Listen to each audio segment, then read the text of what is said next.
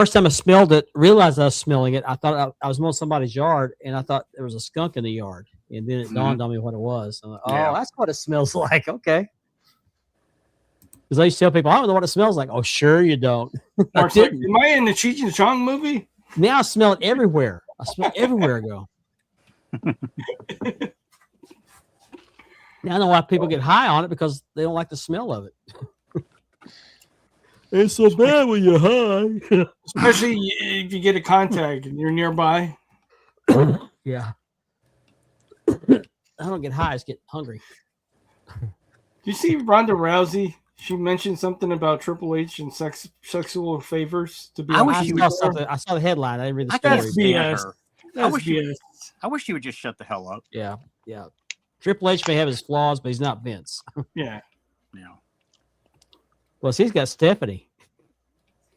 Vince has Linda. Shit, I'd be afraid to do anything if he was with her. Woo. Yeah. Oh wow, Brandon did a belt to real life. That's pretty cool. Who did? Brandon. Brandon who? Was it Lies? His last name? Lyles? No idea. Oh, Brandon Specklow. Yeah. Okay, I know who you're talking about. Yeah, he did a belt. Made one from when he was younger, and he made it into a reality. He just posted it just now. I wonder if I inspired that. That's pretty cool. Yeah. He actually made a set of tags. Yeah. I'll check that out. That is pretty cool. Oh, is it Intercontinental? That's pretty good. I went back and watched the bare knuckles fight of the guy from the WWE. Mm-hmm. Oh man, did he beat the crap out of that guy? I mean, he got knocked down the first time, but after that, he just took over. Interesting. Did you see all the stars that are in the American Gladiators? Mm-hmm. Yep. Wardlow's in there. It's like, wait a minute, Wardlow was supposed to be getting better to be in AEW, and now he's doing. I don't get. Tony Khan just makes no sense at all. Well, Mandy Rose's husband is in that one. I think her husband is in that one. Who? Who's Mandy Rose? Oh, okay. Yeah.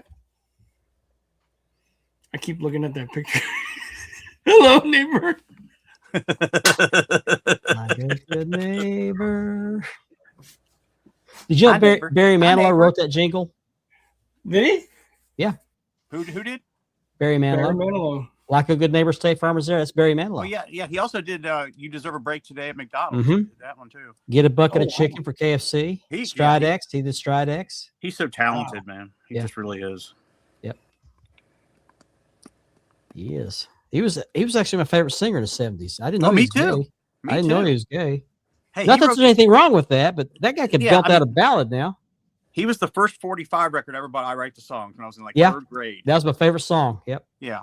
I drove the radio station nuts calling requests so I could memorize it. And they said, remember quit calling. We'll play a song we want to. Yeah, remember the days of calling the stations to get them to play your song? And I remember as a kid in the late 80s, early 90s, having to call up and pay money for them to play your song. Yeah. Video jukebox. And then remember they would say, be the 10th caller, and you'd get those rotary phones calling that. Oh man, that was hard.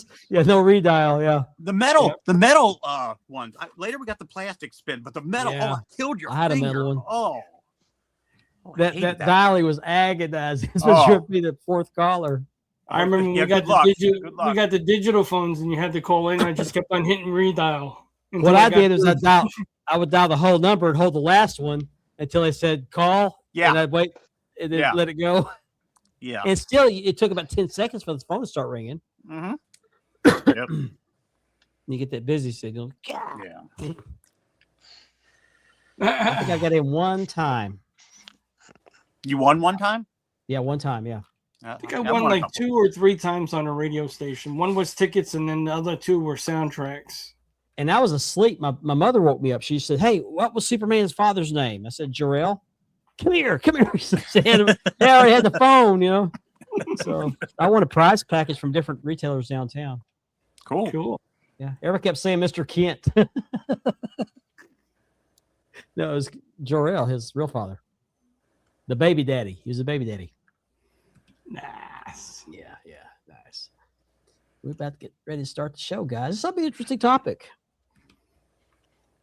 Yeah, good job, man. Let's get started.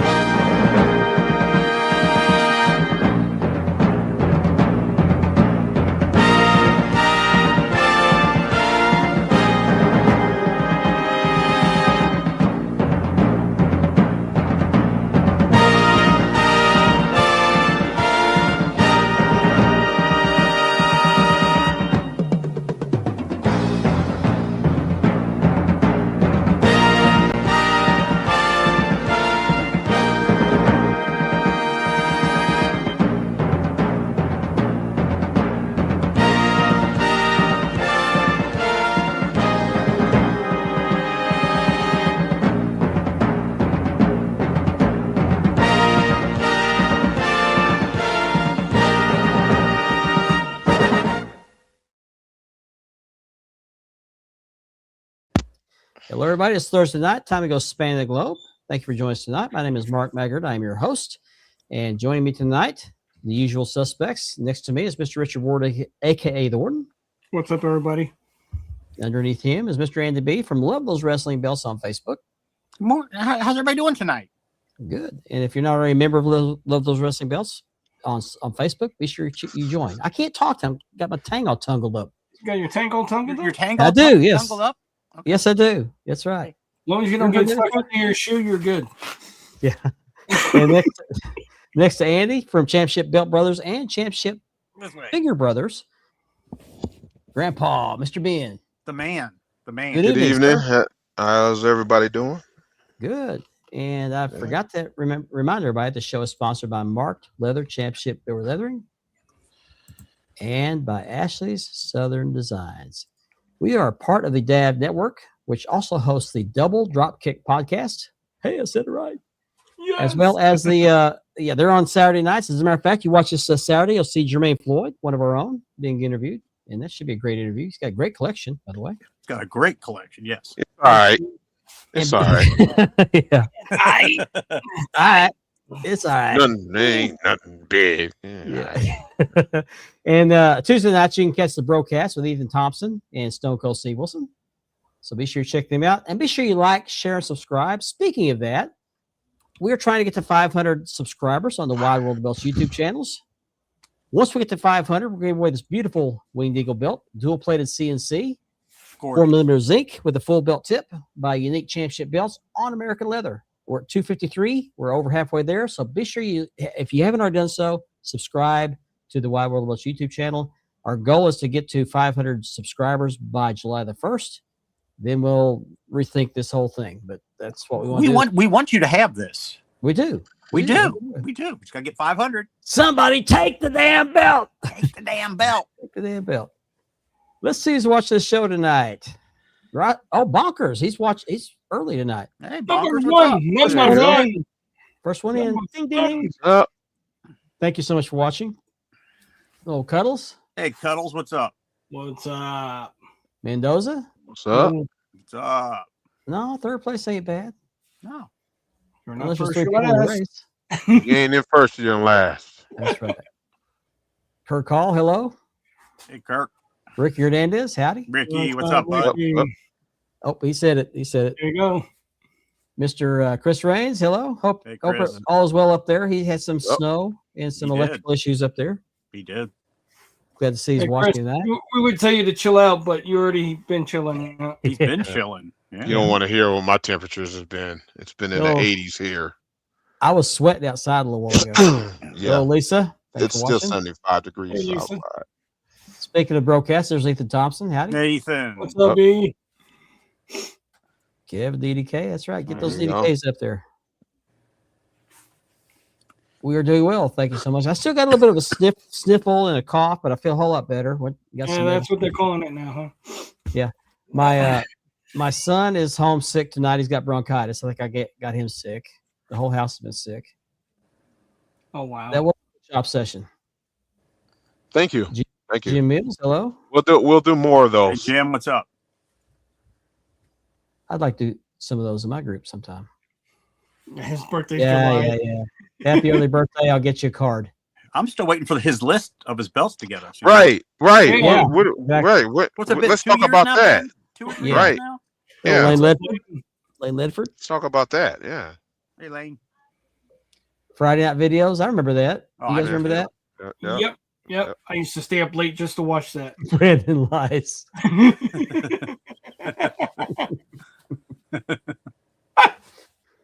I heard about that. Yeah, I heard Dale Earnhardt I've was seen just. clips. That it looks really good. I didn't see the clips, but I saw that Dale Earnhardt was marking out over that deal. And Junior, he knows his wrestling. I didn't know that. He was talking to shit- Magnum about, what happened after the crash. I mean, when he first came back, he knew the dates and everything. It's like, wow, I Yeah. didn't know he was such a big wrestling fan. You'd be surprised who are closet wrestling fans. Junior Well, Magnum knows- TA had planned to be a race car driver after wrestling. He was going to retire early and become a race car driver. Oh, wow. And I read something this evening that he'd already broken his neck, and when he had the car wreck, it furthered the injury. I guess Ooh. one of his Wow. whatever his cervical spine had broken off and was in there, so he was already pretty much done some damage. But Thank God he survived. I mean, jeez. Michael hit Cannon, hard, my too. cousin, howdy. Hey, So Michael. Mike, Maurice Buckner, howdy. Hello. Reese, What's up, what's going Reese? on, Mike? Oh man. Oh, 92's. Yeah, It was actually in the 60s today. It's Yeah, still in the uh-huh. 60s. It was in the 80s here. Nate Locker. Yep. I live in the mountains, man. I live in Colorado. So for it to hit in the 80s and it's still winter, That's different. yeah, we're gonna have a dry season there. The fire season has already hit us. Chris got is a watching Big this fire. and listen to Ben. He's going like this. Right. I know, right? My low temperature is not even as high.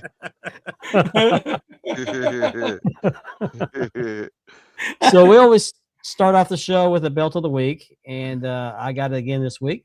If you would like to have your belt featured for belt of the week, hit me up after the show, and we'll talk about what kind of shots that you need to get, and I'd be happy to edit it, put it up here, show off your collections as well. So let's get started.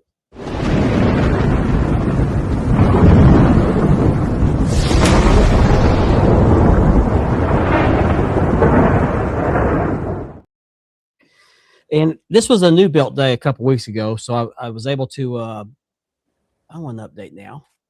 Pop up saying later. There we go. So I filmed a video of this, and this is the belt of the week this week.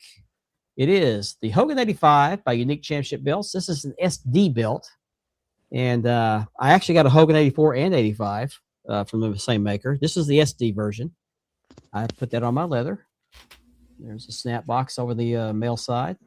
And I stamped WWF twice on this strap, vertical on this end and horizontal on the other end. I didn't get a logo plate. He did a really good job on these plates. Mm-hmm. Yeah, he did. Looks great. For SD, it's actually very, very nice. Mm-hmm. Looks You can really read good. you can read the letters.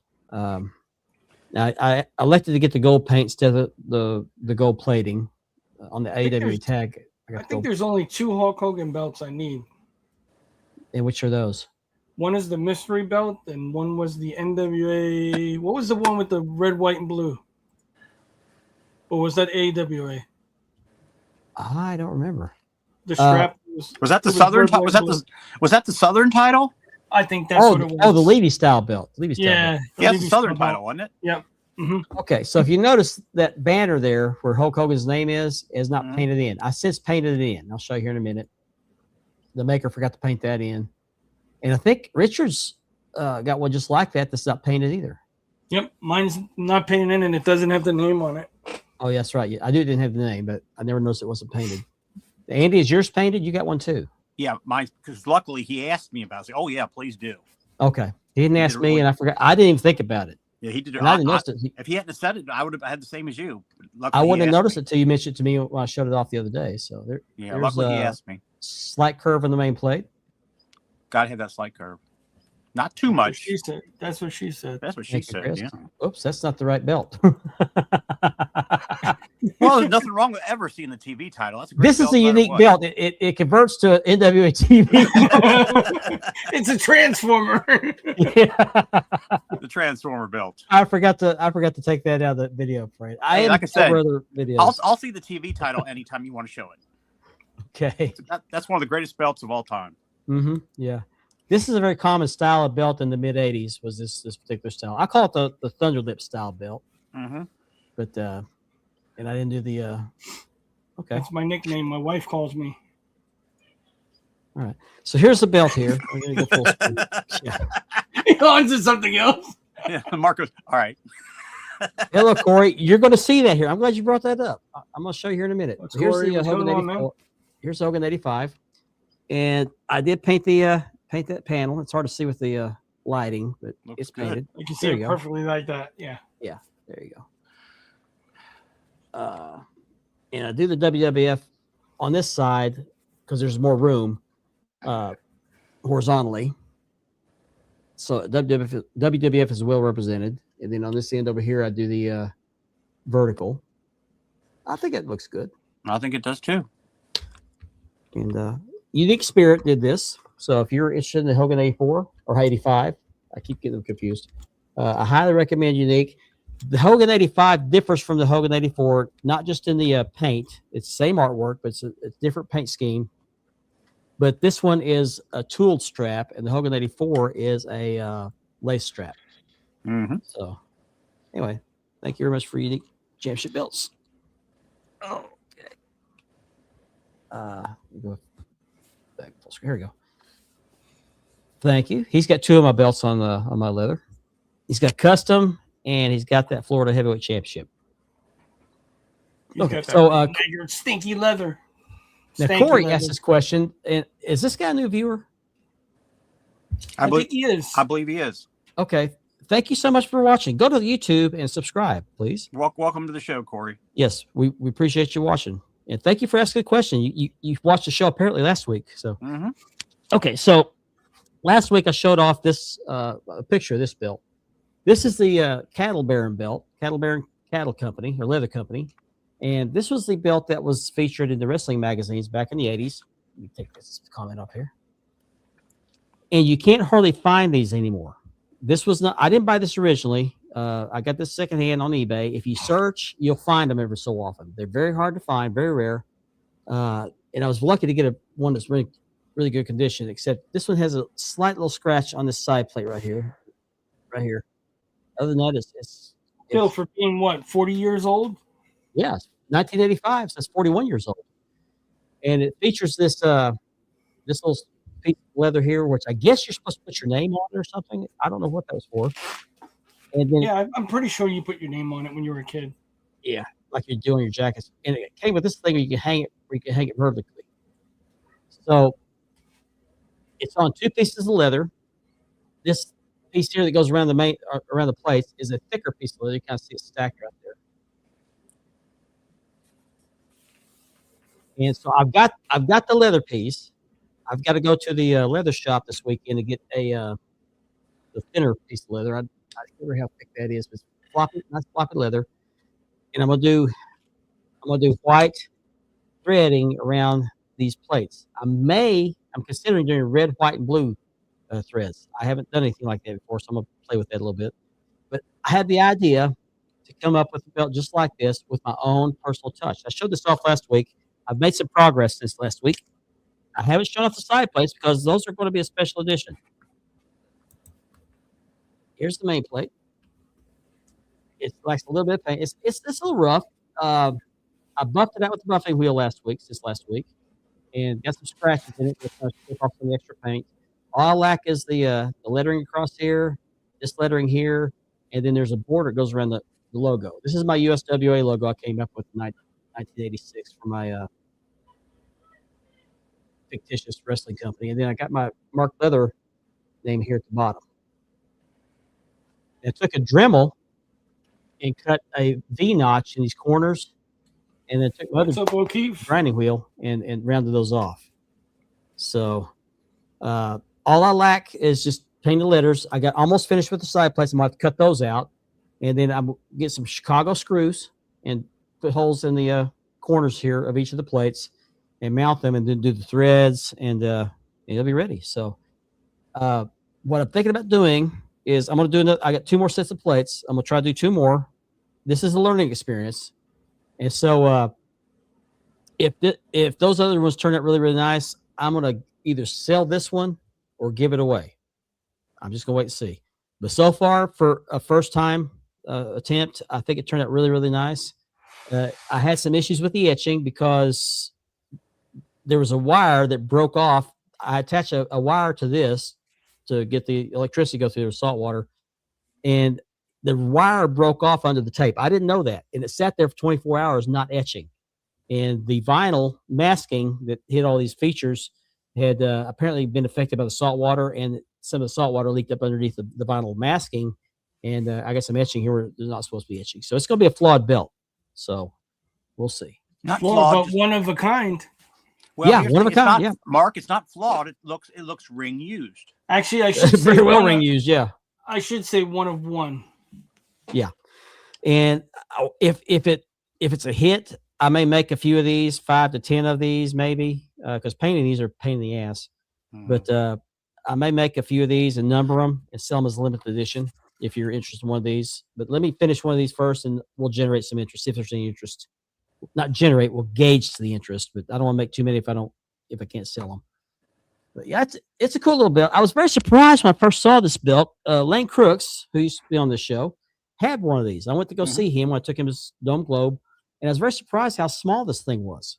But you have to consider these were in the wrestling magazines, and at that time, mostly kids were subscribed to the wrestling magazines, so they made it to fit kids. But still, a really cool relic from. This is 41 years old, and you can't hardly find it. They really haven't appreciated value a whole lot. You can still, I think I got this one for $150, which is I think was they cost in the wrestling magazines. I've got a copy of the ad. The guy sold me this belt, he sent me a copy of the ad. But if you can find one of these, they're well worth the money. Kevin O'Keefe, hello. Hey, Kevin. Oh man.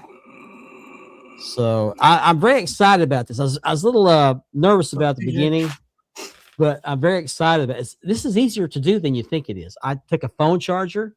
I bought a little a plastic sugar container with the like those little cereal containers, and got some distilled water, some salt.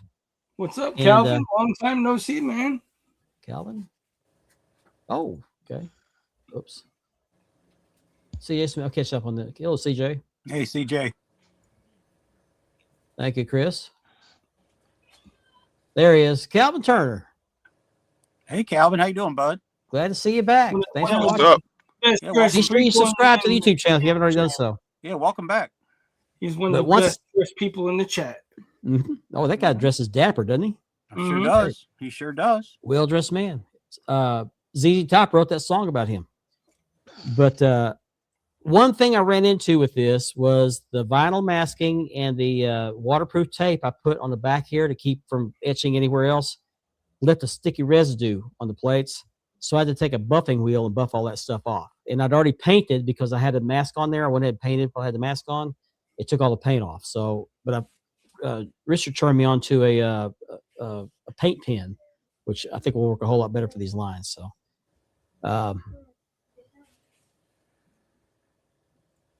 dogs whining wanting out. But anyway, I hope to have a little bit more progress done this time next week. So if so, I'll show you. Like I said, for your first time, that came out pretty good for your first time. Sure did. But I'm not revealing the side plates until the belt is finished. The side plates are secret. They're really nothing special, but they have a cool theme to them. So Is they're it the very chicks simple. with It's a very is it the simple chicks design. with the double D's. Yeah. Okay, cool. Double D's. Yeah.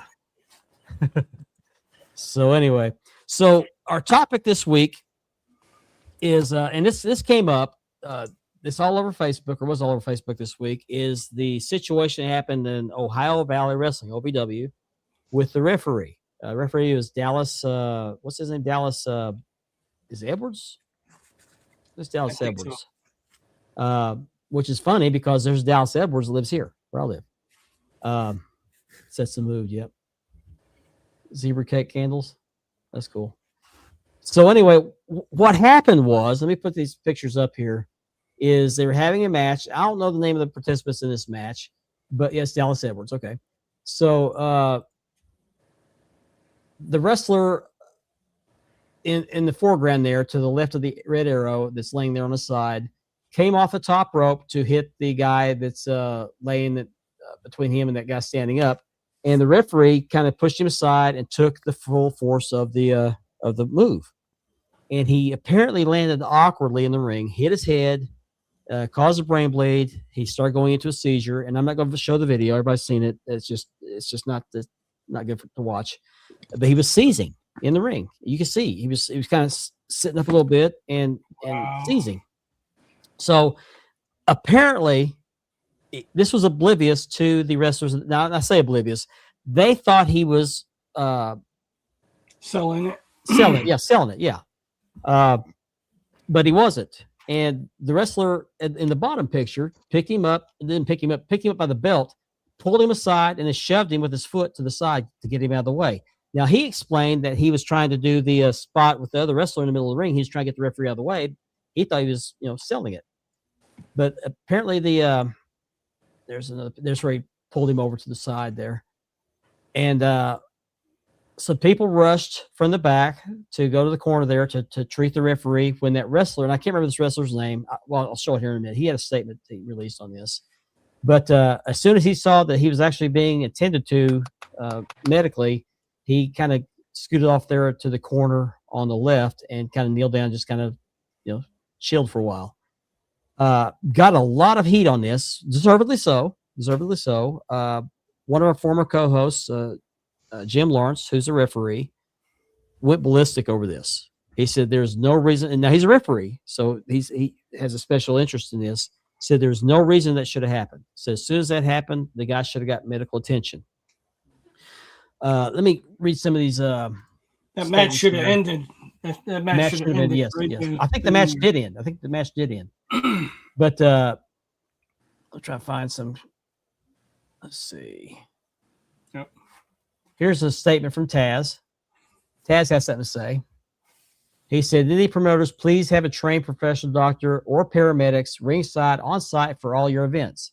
I know money is tight for a lot of promotions, but it could be life or death. The business is dangerous enough. And I couldn't agree more with this. I agree 100%. This coming from somebody that wrestled in ECW. Yeah, exactly. They didn't have that. They didn't have that. Look at the stuff that they was doing. Yeah. Mm-hmm. Yeah. But if you watch WWE today, AEW, All Japan, it's a lot of gymnastics, a lot of acrobatics.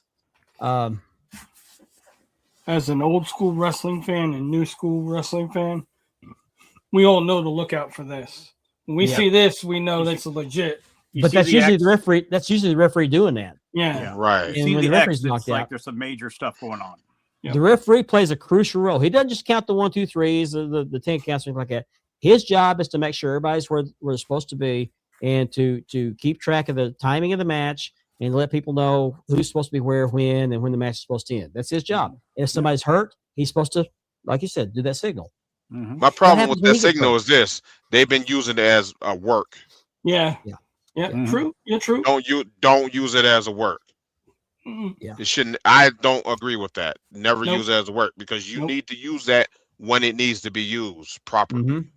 Yep. Yeah, I'll take you back to the 1980s when Chris Von Erich faked the heart attack. Yeah, because you don't know if it's a work or if it's real. Yeah.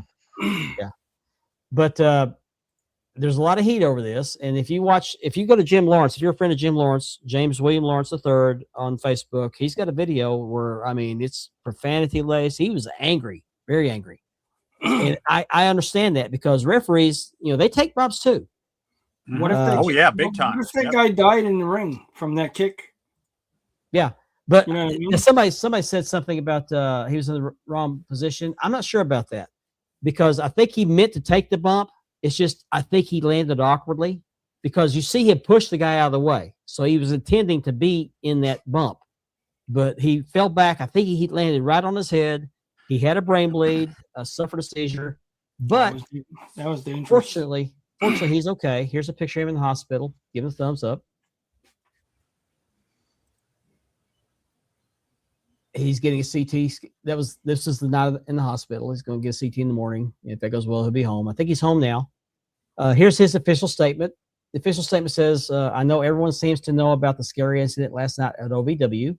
I've been evaluated by a hospital, and I have a concussion as well as a subdural hematoma. That's a brain bleed, which can kill you, by the way. Yeah. With that being said, I have made the decision to take some needed time away to get my life and health back in good spirits. I appreciate all the support everyone has been offering, but as far as money goes, I'm grateful to be in a position that I can manage an accident like this, which that's good. Mm-hmm. In lieu of donations, I instead implore all of my fellow workers to get some sort of training in assisting another's life. Being in the position before, it's very important to be educated in all scenarios relating to injury, illness, or condition in the ring, especially when we're performing.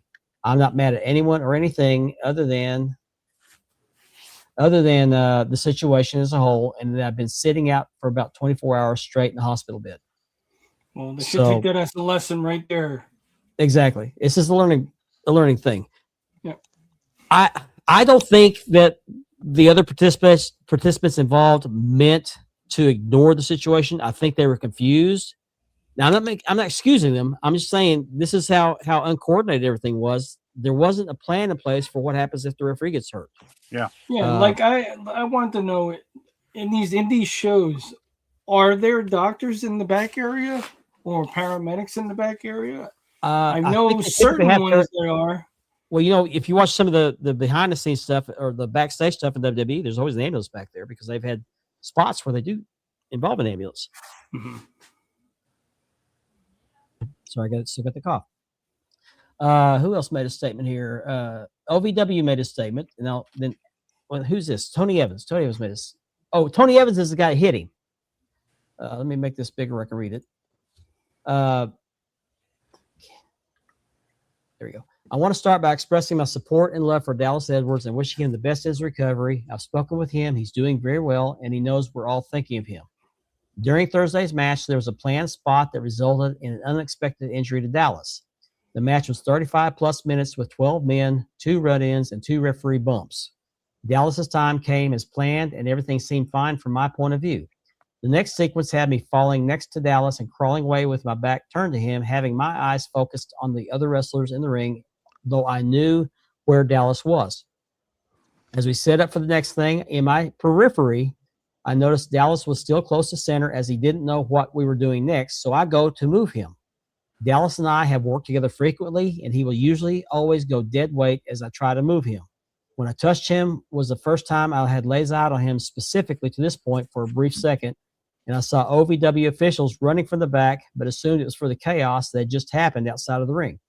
I go to move him and scooted him with my foot as I usually would, not realizing the severity of what was going on in that moment, as I was under the impression everything was going according to plan. I then did the next spot and turned to find many people in the ring huddled around Dallas and stopped in my tracks, confused, scared, and worried for my friend. Had I known in that split-second moment when I moved him that something was wrong, I would have immediately stopped and tended to him as best as I knew how. I wish I had known the severity of the situation. Nothing is more important in pro wrestling than the safety of all involved. Dallas and I have spoken, and we are good. He understands that there was no malicious intent, and per Dallas, he doesn't hold it against any of us personally, and his perspective is the one that matters most to me. I'm as distraught about this situation as everybody. I can't read it. Anyway, so that's his statement on that. Let me get a full screen. There we go. So that's his statement on that. Now, I'm not going to sit there and say I believe him or I don't believe him. That's the statement he made. It sounds plausible. But I don't think there's ever, to my recollection, there's ever been a situation where a referee got hurt and the wrestlers didn't know what to do. But these guys have apparently worked together before, and you have to go based on that. But if you listen to some other people that are in the business, they say there was no excuse for that. So, I mean, everybody is entitled to feel the way they're going to feel. I don't have an opinion on it. I just think it was a whoops. I just think it was a tragic thing. Luckily, the referee's okay. Turn it off there. Here's Al Snow. He's the one that runs OVW. He doesn't own it. He just runs it, right? And he like the Triple H of OVW. Yeah, I'm pretty sure. No, I think he's the owner too. Oh, is he? Okay. I know he's one of the big shots there. Well, let me read OVW's statement first. OVW's statement says, last night during Rise, was this a PLE? Or is it just a regular weekly show? Anyway, Dallas Edwards, a member of our OVW family, experienced a medical emergency during the broadcast. OVW takes the health and well-being of all our performers extremely seriously, and as a company, we are all distraught to see him. Let me take that banner off so I can read the whole thing. As a company, we are all distraught to see an injury to one of our own. Dallas is alert and doing much better. We ask everyone to keep him in your thoughts and prayers and respect his and his family's privacy at this time. We'll provide an update as soon as it is available, but in the meantime, we wish Dallas a speedy recovery, and we can't wait until he's back with our OVW family very soon. Nice little statement. Yeah, I think that extra mile by the promoters, just to go that extra mile, make sure you have like a doctor or paramedics on scene just in case something like that happens. Right. And here's Al Snow's statement. Oh, I can't read that. Let me go full screen so I can read that a second. Okay. Hello, everyone. This is Al Snow. That reminds me of somebody. Hello, it's Thursday. Yeah, no, not that. No, that's what it reminds me of. I'll tell you after the show. I want to speak directly to our fans and to the wrestling community regarding the incident involving referee Dallas Edwards at last week's event. Professional wrestling has always carried an inherent risk of injury for everyone who steps into the ring.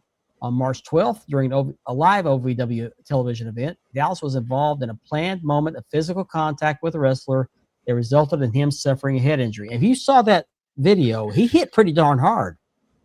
It looks scary. Traditionally, when an in-ring injury occurs, the referee is a central point of communication, assessment, and decision-making. In this unprecedented situation, the person who would normally make that assessment was the one who needed assistance. The unforeseen breakdown in communication contributed to a delay in stopping the match, including the show. Let me skip on down here. At OVW, the health and safety of our performers and officials has always been our top priority. We are proud of the standards we have maintained over the years, but we also recognize there is always room to strengthen and improve. With that in mind, we are reviewing our existing procedures and updating several of our in-ring and ringside protocols to ensure we continue to meet the highest expectations for performer safety. These updates include enhanced communication systems, additional referee training, and expanded ringside response measures to help ensure that a situation like this is identified and addressed as quickly as possible. So I agree with that. I think what happened here was a great big cluster. Boo-boo. Yeah, it was a boo-boo. Yeah. That's still got congestion with cough up. Like I said, as good thing he wasn't kicked in the head and took it really hard and just dived straight in the ring. You know what I mean? Yeah. I agree with this. I agree with this. I agree with this comment. Alexa Bliss faked an injury. Yep. Remember her arm? She's double jointed. Yeah. She did that thing with her arm where she could move it like this. Yeah. Cancel.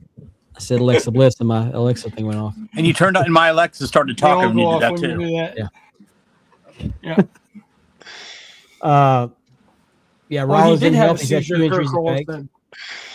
Yeah. Wow. That's right. Everyone but the referee is mad about this. Yep.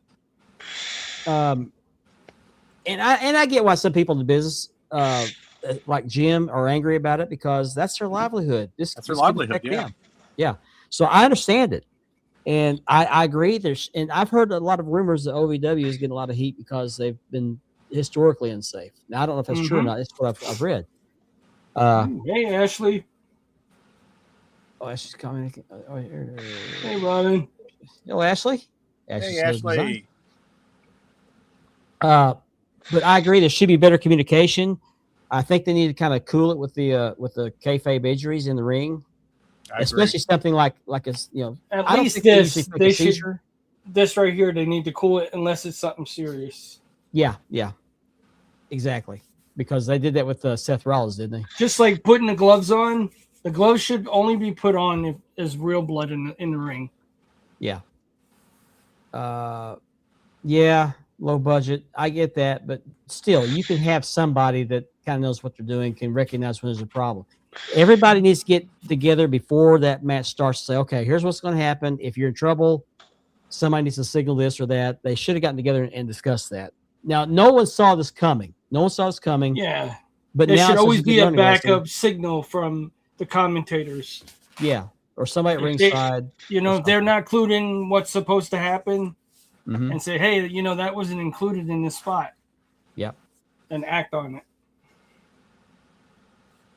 Yeah, I just put that up there. Let's put that. Because if your referee's knocked out, you need to have a backup. Yeah. A lady of the night. There you go. Oh, Jason. What's up, Jay? Hey, Jason. What's up, Jason? Yeah. The seizure was a result of the concussion and the brain bleed. And really, technically, there's nothing you could do for a seizure. I know this because I used to be an EMT. They always trained us. You can't stop the seizure. You have to just make sure that where they're at, that nothing around them can hurt them, and let the seizure take its course. Mm-hmm. You can't treat a seizure. You just have to make the situation safe. But I applaud them for getting medical attention as quickly as possible. I mean, I know it took a couple of minutes, but they recognized something was wrong. Somebody that wasn't involved in the ring recognized something was wrong, and got to him pretty quickly. That probably saved his life. So Platinum. Well, I don't know about ref bumps that come to a stop, but they need to kind of plan those a little bit more carefully. I mean, coming off the top rope to hit somebody, a wrestler can kind of handle it, but referees aren't built to take that. To be honest, too, the referee's not really big. He's kind of small. Yeah. For a small guy to take a bump like that, I think it's overworked. Yeah. But that situation kind of brings to mind some other situations that come up in the past. And I'm talking about, let's take, for example, Owen Hart. Oh, yeah. Oof. I mean, he died in the ring unnecessarily. And what was the cause? Faulty equipment. There wasn't adequate equipment available, and I guess the people that handle that equipment weren't qualified to handle that equipment. And all he did was wiggle a little bit, and it dropped him 60 feet to his death. Yep. I got that picture up here somewhere. That one will go down forever in my head. Yeah. All because remember Russo watching did that not. pay-per-view. All because Russo did not look like how it looked when he was coming down. So he put a cheap blank piece of equipment that killed the guy. Yep. Now Sting did the same thing. He had the same gimmick. He'd come from the ceiling on the same. I don't know if he used the same hook or not. I think Sting's had it where he just pulled it when he got down and it unhooked right away. Okay. The whole idea was to be able to unhook real quick because he's getting attacked as he hits the ring. So, gone way too soon. Way too soon. There was a lawsuit over that. They settled that, didn't they? Yeah. With Owen's wife. Yeah. And she's not allowing him to be inducted into the Hall of Fame. And I understand that. And instead, he was a future world champion. Yeah. It's a shame. Now, didn't he have a dusty finish with the WWF belt? I believe so. With Brett, yeah. Yeah. He had it briefly, but they didn't recognize his title reign. Yep. Let's see. That match between him and Bret Hart was good. Yeah. Then we also had Darren Drozdoff. Yes. Who's no longer with us either. Now, he wasn't killed in the ring, but he died, several years later as Yeah, it's complications, yeah. Yeah, D'Lo took that really bad. Yeah, and Draw said over and over he never held D'Lo responsible at all. It was a pile driver, wasn't it? No, he was doing the what was he doing? He was doing the running power bomb. The running power bomb? Okay. Yeah. Oh, okay. Yeah. And he's doing his like running a trip power. or a slip or something like that? Something like that. He stumbled. He ended up stumbled and he ended up everything landed on Drozdoff's neck. Yeah. Wow. On his head and snapped his neck. Another case during a match. You know, And this is somebody else is in extreme good shape. Yeah. Yep. Oh, look at that body. Yeah, he was in great shape. Yeah. I mean, He look was at Brock. Look at Brock Lesnar when he did that flip from the top ropes. Oh landed on the yeah. back of his neck. Yeah. Luckily, he was Oh. weightlifter. He would have been crippled. Yeah. Anybody else would have been killed. But he was quadriplegic after that happened and died. How many years did he live before he passed away? He lived a good couple more years. I think he lived for quite a while. He lived for a while. He did. Yeah. His quality of life wasn't that great because of the quadriplegia. But and I think he was working behind the scenes too. Yeah, I think he was working for WWE. Have you guys seen that that contraption he was moving around in, that off-road looking thing? Yeah. Yeah. Pretty awesome. Pretty awesome. But he had a good humor about it. But just still tragic nonetheless. And a less famous one that some of us have heard about, there's video out there. Perro Aguayo Jr. Now, this happened in Mexico, didn't it? Was it Mexico? Oh, yeah. Yes. Yeah. And I don't remember what happened. He was knocked into the ring, or knocked the ropes by Rey Mysterio. That's right. And did he break his neck? Is that what happened? He broke his neck? You know, I watched that video, and I don't think when Ray kicked him, that caused it. Because right before that, if you watch him, he rolled out of the ring, and you see him landing on his neck.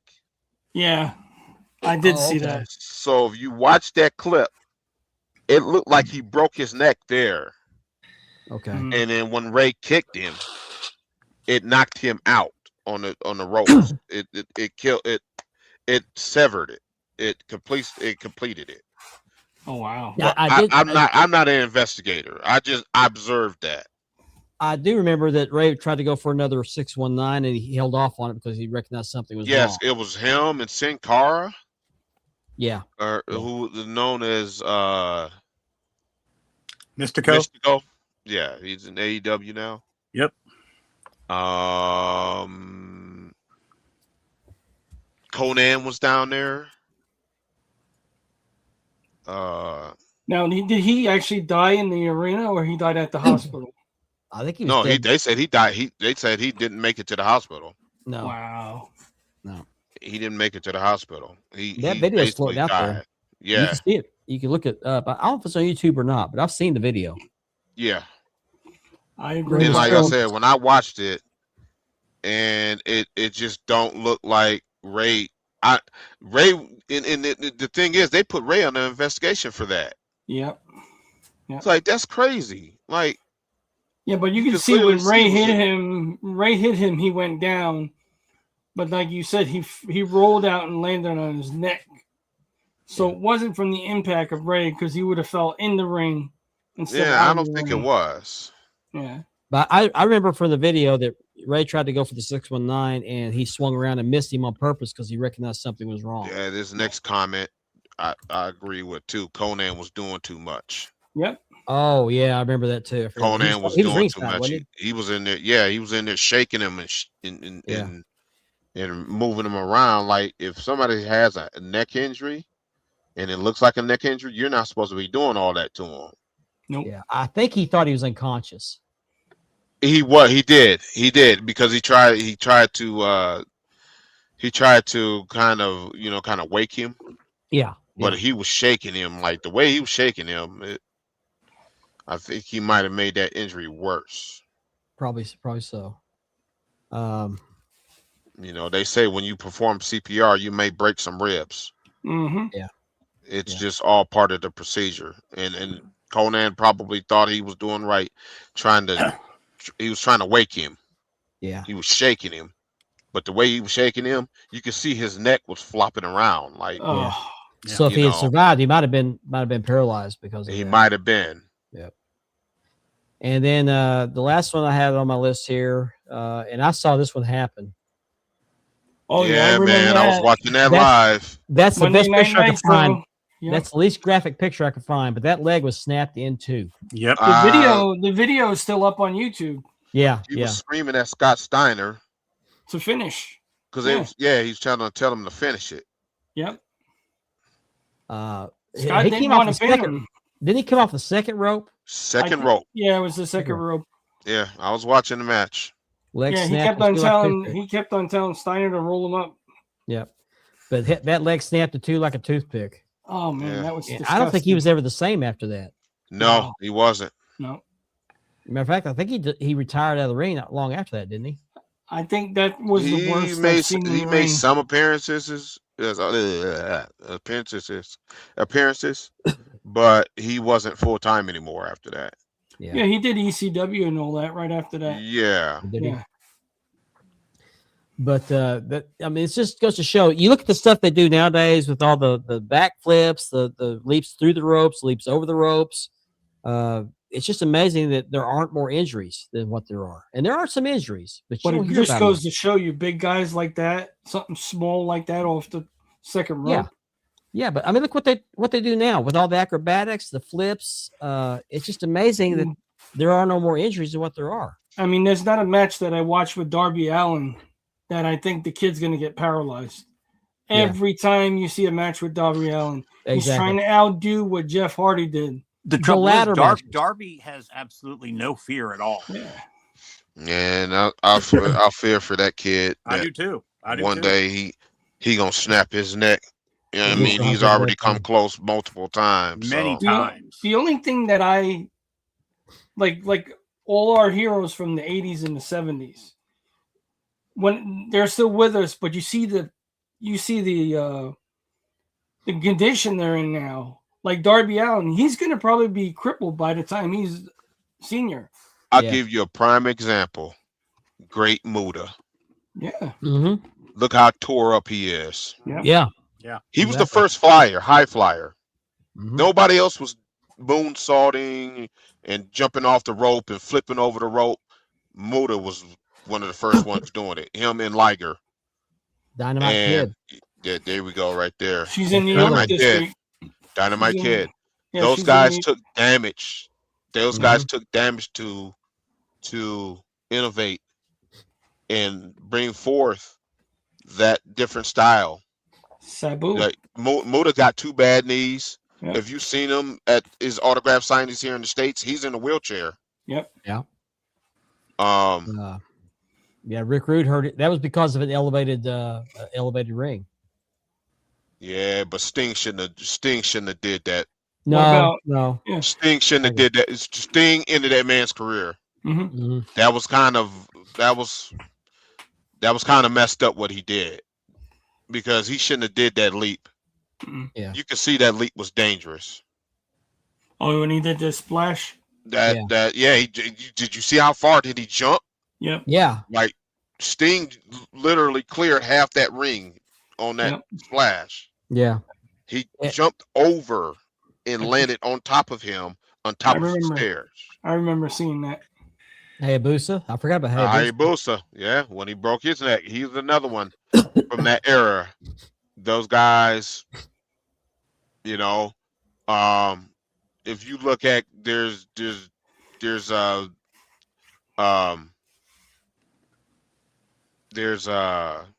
what's his name? Otani, first WCW Cruiserweight champion.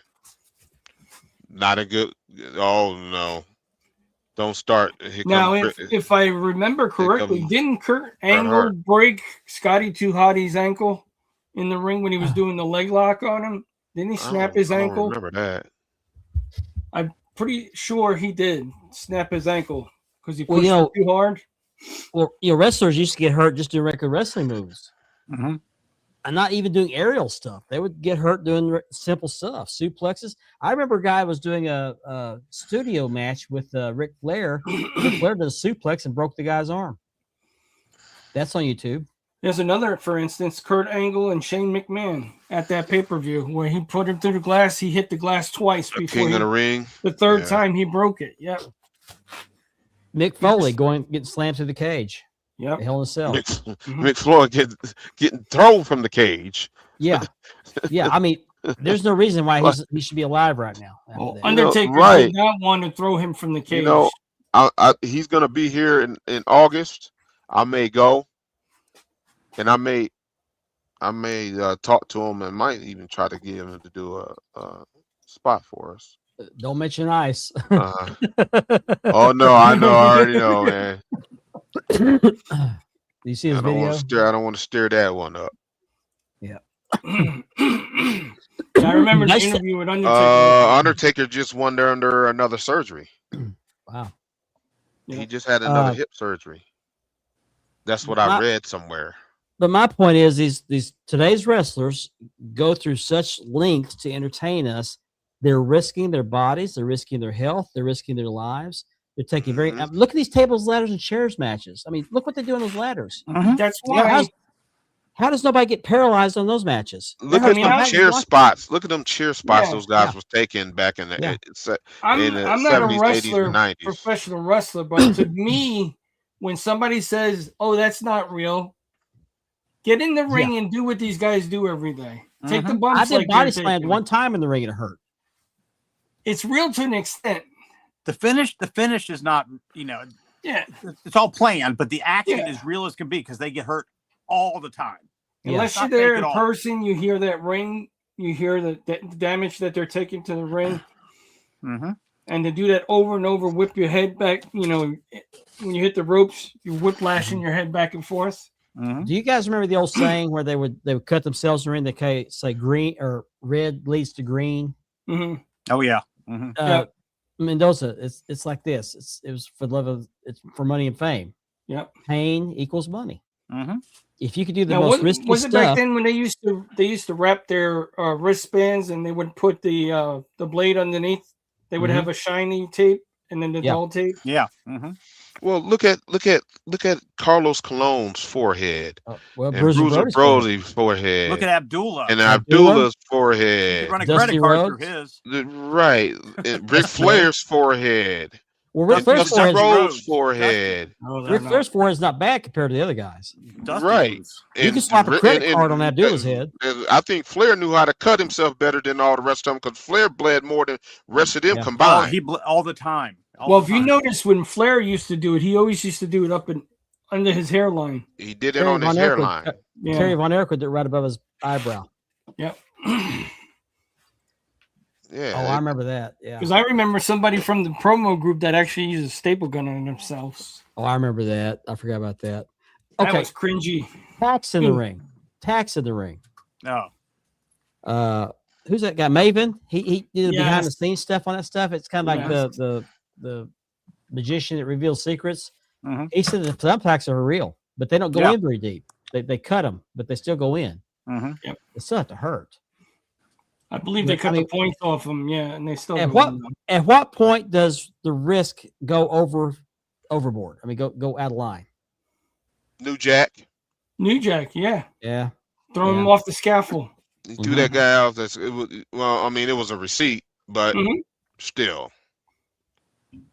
Staples. We're still in hour one. Hour one. I mean, they're biting breasts now on AEW, so No, let me correct that. They're biting nipples now. Yeah. Oh yeah, that's right. Tony Storm. Who was the guy? Joey? Somebody did the thing with the tampon. It was just like, no! You're talking about the chick that pulled her tampon out during the match. Yeah, shoved it in her opponent's mouth. What about the backyard wrestling? Good point. Three letters. ECW. But what about what about the dumbass that gets on the table and he lands himself on a broken microwave oven? He jumps on all that stupid. Oh, stuff. Superhuman or whatever his name is. Yeah, that guy's nuts. That guy's nuts. That kid. Whoop whoop. This one's for the juggalos. Whoop whoop. Juggalos out there. That's what I'm saying. You got these backyard wrestlers trying to emulate and they kick it up a ton. You see these independent guys. They'll go to an arena or a gymnasium. They'll climb up on the balcony and jump off over a stack of 5 tables. Yeah, did you see these idiots climbing the scaffold and getting up on the roof above the ring, the scaffolding above the ring, and jumping down from there? Oh my God! I mean, I'm amazed that there aren't more people killed or hurt or paralyzed doing this stuff. I agree. It's luck. It's not skill. It's luck. Nobody's body is designed to take that kind of punishment. But they're going to keep pushing the envelope until somebody's going to get hurt, and they're going to finally have to crack down this stuff. If you do that move one time, like Jeff Hardy, off the top of the ladder, in the tables, ladders, and chair matches. Mm-hmm. He does that swanton off the top of the biggest ladder they have. Yeah, You do that over and over every week, exactly. and your impact of your body, just like Hogan, when you're hitting that canvas, your body weight is coming down on that. Yeah. But I guarantee Tony Khan or somebody has got to talk to Darby, or Tony Khan's got to put a limit on him, because he won't make it to 40. I mean, if he keeps going like this, he's as long as he's making money for Tony. Tony's not gonna say a word to him. How old is Darby? He's in his mid-30s, right? Yeah, sounds about right. He won't make it to 40 the way he's going. I don't think he's going to make it to 40 if he keeps it up. If Darby was in the 90s, he'd be a drug addict. Oh yeah. Yep. Oh yeah. He'd be drugged out. Mm-hmm. Yep. Because that's what those guys was doing in the locker rooms to living on the pain meds. To mask that. Yeah, to mask that. Self-medicate. Like you have it today where he can be on a more controlled environment. Who's to say he's not taking drugs? Who knows? Those guys they paid for what they did during their careers. Well, the look at Ultimate Warrior. Look at Ultimate Warrior. The way he was sweating. Yep. At the war show and died the next day. Mm-hmm. That was from them steroids and all them other drugs and cocaine and all that other stuff that junk that they was putting in their body. And they knew at the time there was gonna come a time that they was gonna have to pay for all of that. Mm-hmm. Yep. The receipt was gonna come back. Didn't Piper say in an interview that they used to take fistful of pills? Yeah. Mm-hmm. They all was doing it. They was all medicating each other. Yeah. You know what I'm saying? You're gonna tell me Andre the Giant didn't take drugs? Oh, he had to. Yeah, that man was in pain. He had a bad back. He was living in pain every day. Yep. But with his size, he's going to take a whole lot more medication than the normal person. Yeah, right. Well, he died. How old was he when he died, man? 43, was it? 47 years old. Yeah, 43. 43. Yes. Was he really? I didn't know that. Yeah, 43. 43 years old. That's it. Wow. Yeah. Andre was only 43 years old. Mm-hmm. His body couldn't take it. Look at the conditions he was in at 43 years old. Mm-hmm. Yeah. He was only 43. Right. That just blew your mind that Andre was only 43. Yeah. Andre was only 43 years old. But you also have to understand he didn't do a lot of bumps like the other wrestlers did. I mean, he took a couple body slams, he stopped taking bumps at his late 30s. Well, he was so big he didn't have to take very many bumps. So you think about it. WrestleMania 3. How old was he? 30. 40. Wasn't he 40? Was he 40? I'm going to look this up. Late 30s, 40s, somewhere around there. He was like he died at 43 years old. Yeah, he had to be mid-30s. He had to be mid-30s. Okay. That's it. Wow. There's no way, because he was in the $6 million man. 43 years old. He was 43 That's when it. he died. 43. He was 43 years old. Yep. That's it. Okay, I'm gonna look him up. That don't seem right to me. Didn't he first started wrestling? You retired after you got that golden thong.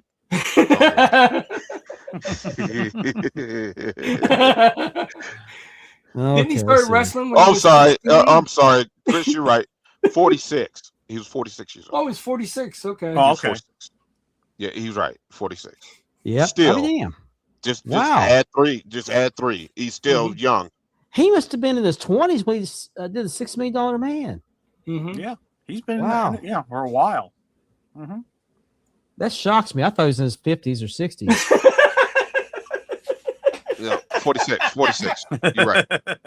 Wow, that's sad. That really is.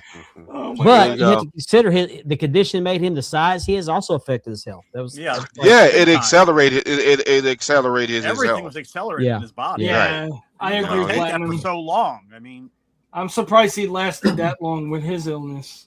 Yeah. He wasn't supposed to live that long. And the Big Show has the same condition, doesn't he? Yeah, that's what I was just gonna say. Big Show has the same thing. He was 40 at WrestleMania. 40 at WrestleMania. The day hearing he died, I couldn't believe it. Okay. I thought, man, he was. That's amazing. Now, did he die? I heard when I was a kid, I didn't know what to believe. I heard he died at his father's funeral from a heart attack. He was in France. Yeah. Okay. He was at home. Yeah, it was. I heard it was in a hotel. Yeah, well, he was at a hotel in his Okay. home. And then they had In the his body home shipped area in back to North France. Carolina to his farm, and then he was cremated. Right. And they spread the ashes on his farm. Yeah, Yeah. he's cremated. But he died in his sleep of a heart attack. Yeah, He just Yokozuna attended his father's too. funeral. Yokozuna wasn't that old, No. but we know with Yokozuna ate himself to death. Yeah. Oh yeah. My favorite Andre story- He was only in the mid-30s, right? Was he 38? Yeah, late 30s, wasn't he? That I don't know. Yeah. But We're my now favorite too, Andre baby. story is where he got so drunk in the bar in China or wherever it was, they just let him sleep. They closed the bar, let him sleep in the bar the whole night because nobody could move him. Yeah. Who Andre? Yeah. Yeah, they said he used to take a dump in the. he used to take dumps in the bathtub because he stole it. Oh, Man, imagine have to clean that room the next day. Man, Oh. dude, that make me quit my job. we're at the end of hour 36 number years one. old. Wow. Giant Dookie. Yeah. Sounds Mondo like a Duke. wrestler. Sounds like a wrestler. Mondo Duke. Mondo Duke. Yeah. So that'll close out the end of hour number one. But let me finish this off by saying this: if anybody with the with either any of the wrestling promotions or even indie promotions, be careful. I mean, don't take unnecessary chances. I mean, fans Look out will for each understand. other. Look out for You get each back to other. the wrestling and Yeah. and leave the acrobatics as circus performers. It's just Take that extra step and getting a paramedics or an it's not off-duty worth it. doctor. yeah, it's just not worth it. I mean, I like being entertained, but I'm not entertained by this stuff. I'm just sick of watching it, but it's not worth risking your life or your health over. No. So with that, Right. It's a we're show. going- It's a show. It's a show. that's right. So with that, we're going to move on to hour number two. You're watching Span the Globe on the Dad Network.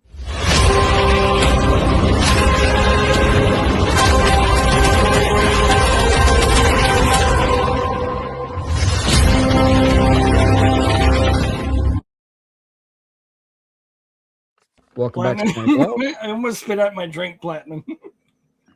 Welcome back to Span the Globe, hour number two. I'm Mark Maggard, joined by Richard, Andy, and Ben. Thank you for joining us for hour number two. We are sponsored by Mark Leather Championship Silver Leathering and by Ashley's Southern Designs. And we are on the Dad Network, which also sponsors the DDK podcast. Got around that one. As well. And they're on Saturday night. Be sure you check them out Saturday night. They're going to have Jermaine Floyd. He's going to show off his collection of figures and belts and other memorabilia. It should be a great show. Don't miss out on that. Saturday night, Ooh. 8 o'clock Eastern. And on Tuesday nights, be sure you check out the broadcast with Ethan Thompson, Stone Cold Steve. They talk about men's issues, sports, all sorts of stuff. So be sure you check them out. All part of the Dad Network. Isn't that the BJC, the Big Jermaine's collection? I think so. Don't put him over. You need your help. I just hope they have the fire detector in the background for the interview. Smoke detector. That's all I remember from You when got to have Jermaine's fire I detector. used to watch the shop. Beep, beep, Yeah. beep. So did you guys see this controversy involving Ricochet? Yes. Oh my god! Oh, I missed the Of the tweet. I heard about it. stupidest things you could say, wishing MS on somebody. I'm Yeah, sorry. yeah, What the hell? exactly. I need. And to I don't know comment what on that. I don't know what precipitated that. I guess the fan was getting on him about. They thought he was. They said, What? didn't they say something like that his acting wasn't all that good? He wasn't. That's He what was it was, going yeah. heel. He was doing full heel, but he was doing it at the wrong moment. Yeah. And no, he just said the wrong thing. He said the wrong thing. And Yeah, you don't say something He like might lose his job. He might lose his job because of it. I know Yeah. he was in character. I'm wondering if that title switch was because of it. I was thinking that too. Ben. Let me ask you this: would MJF gotten away with that? No. Yes, he would have. Well, because that's how he is. Yes, he would have. Yeah, because that's more part of his. Not saying that that was right, but his character is more like that, where he says MJF stays in character. Like Yeah. But still a Ricochet douchebag thing to say. No if matter it who. Ricochet right, just said we something would have so said that stupid. about. It was stupid for him to say, but I wishing think MS. it would That's like have. wishing cancer on Yeah, somebody. because Yeah. I seen MJF with somebody in a wheelchair. Well, roll your ass over here. He used to tell him. Yeah. Oh yeah. Yeah. Oh, wow. But anyway, because of that, there's been a lot of fallout over that. He's lost his title. They took the title away from him. His wife, Samantha Irvin, who, by the way, is lovely, by the way, they've both been taking death threats. She shut down her social media over this. He shut down his, and she shut down hers. Now, I don't agree with death threats. It was a terrible thing to say, an awful thing to say. He since apologized for it. Now, whether he meant it or not, I don't know. He's covering his ass. Well, yeah, but I mean, even if it's sincere, nobody's ever going to believe it. But death threats, really? I personally think the title change is what made him go overboard. No, he kind of had to go before that. He had this God complex. Yeah, he thought he lost the title, and he probably didn't want to lose the title right away, and it all hit him at once, and he just said the wrong thing at the wrong moment to the wrong person. Yeah, you got to remember, everything said on the internet is there forever. Mm-hmm. It's there forever. Exactly. Comments, pictures, whatever. As soon as you post that on the internet, somebody's going to screen capture it. And think how his wife was on the top of the world. Everybody loved her. I'm gonna go with him. Y'all keep talking there back. Okay. And she was the queen of the crowd. I mean, everybody loved her. And now to me, does death threats to her seem necessary? Stupid. No, it's retarded to go all the way out. And I'll use that word very lightly.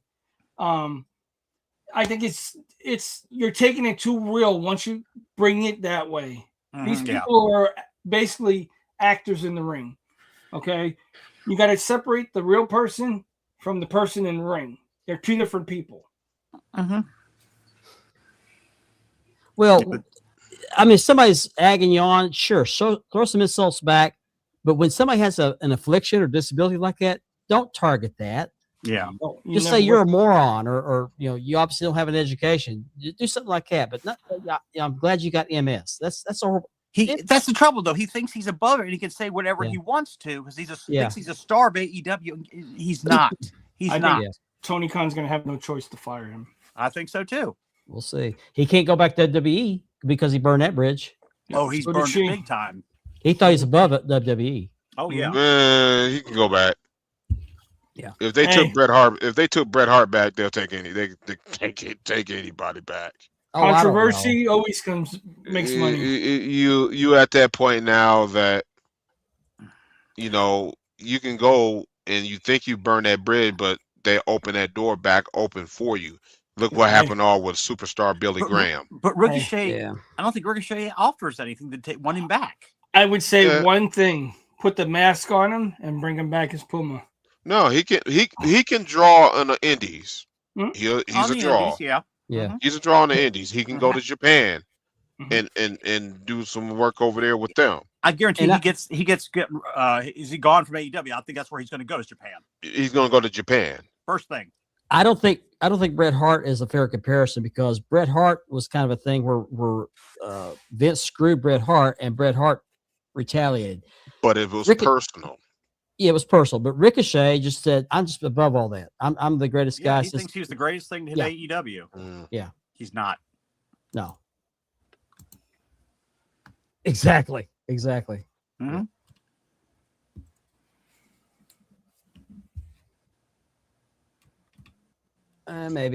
Maybe. But Samantha Irvin, where's she going to go? She was supposed to go for a music career, and that hasn't panned out. But she was on the top of everything in WWE. Everybody loved her, and then she had to go. And then what has she done since? She's done a great job in WWE. She's got a real good voice, but the music genre that she's picking is not her. Her music's not going anywhere. She tried to springboard off of something. Yeah, and it didn't work. And to use it for another way. She tried to. I see what she tried to do. She tried to expand on what she was doing, like The Rock and John Cena. Austin. They all did it. Hogan. They all saw those guys. Piper. Those guys expand their careers in into other projects and other type of career moves. But she went about it the wrong way. That old saying, don't start a new job until you don't quit your job until you get the new job. Right. Yeah. She left her safety net and jumped out into the deep water and didn't have a life jacket on. That's exactly it. Yes. Yeah. She had more self-value than what other people had her at. Oh, I just got a good comment. I'll send it over to you. Okay. This makes sense. It's from Bubba Ray.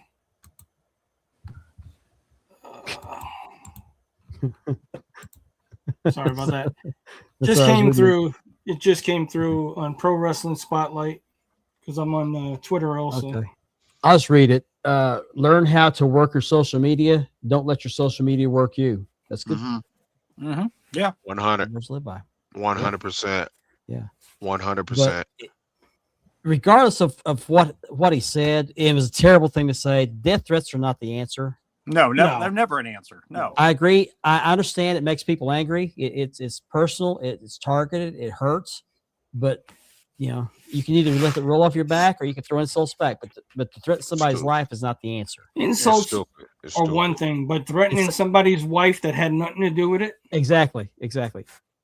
Feel how you want to about her, but she had nothing to do with it. That's like going after our wives if we say something. And in this day and age, people are likely to follow through on those threats. It's just that crazy today. Mm-hmm. Yep. Look at what happened to John Lennon in 1980. Yeah. Mm-hmm. But anyway, hopefully that'll blow over. Hopefully the apology takes. Hopefully he's sincere. Only take it at face value, but hopefully he's sincere. There's a lot of AI stuff out there. I heard something about he took back the apology. I don't think that's true. But yeah, life is like a box of chocolates. But if you can't handle the criticism on social media, you shouldn't be on social media. Mm-hmm. Or be smart like some of the celebrities and have somebody run your social media for you. And you got to expect there's going to be some bad eggs. They're going to come at you. You got to be prepared for this. Yep. You know what I mean? Yep. And just like Bubba said, you got to be careful what you say on social media and how you're saying it. Because if you're in character and you're saying something, they're not going to know that you're in character. They're going to think it's coming from you directly. Exactly. Yeah.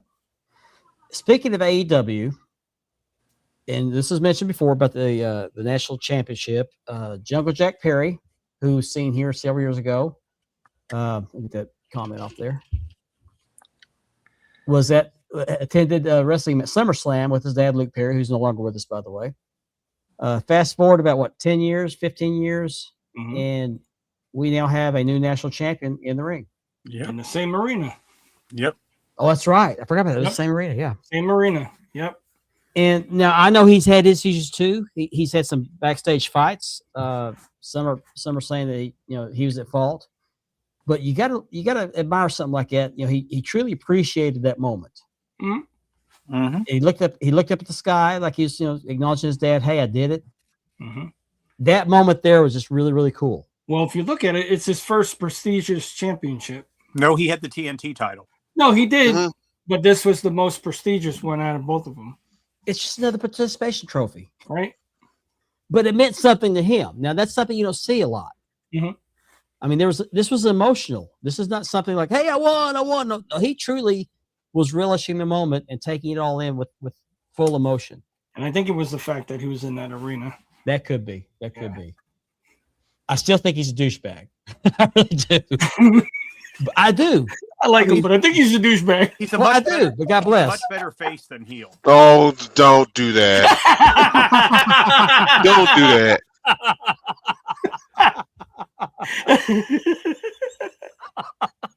Oh my God. I can't. What is wrong with you, man? I can't. Don't do that. Don't do that. Oh my goodness! I still think he's not. You just kicked out the back of everybody. Don't do that. I know. But those in the know would think it's funny. Oh gosh. Oh my goodness. But I mean, aside of this really cool emotional moment, I still think he's a low quality or low class human being. But I think in the moment there, what it represented, I think it's really cool. Yep. I can see both sides of that. So, Jungle Jack Perry. Now, how long does he hold that title? I don't know, but the belt is actually actually getting to me now because of the gold, how it's different. We're used to seeing the silver, and that gold with the silver together makes it look good.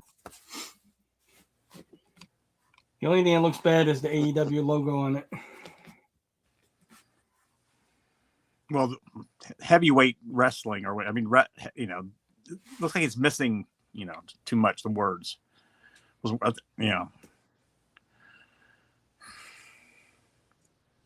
Okay, I'm back. My dog's going back in. There you go. Hold on a second. I just True. You something. All right, let me get back to the comments. Here we go. You're good, miss. All right.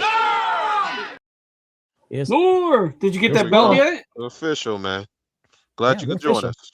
Hour number 2. That's right. Glad you can join us, man. Absolutely. Absolutely. I'm gonna need that hot tub when you're done with it. Yeah. But I don't know how long he's going to hold.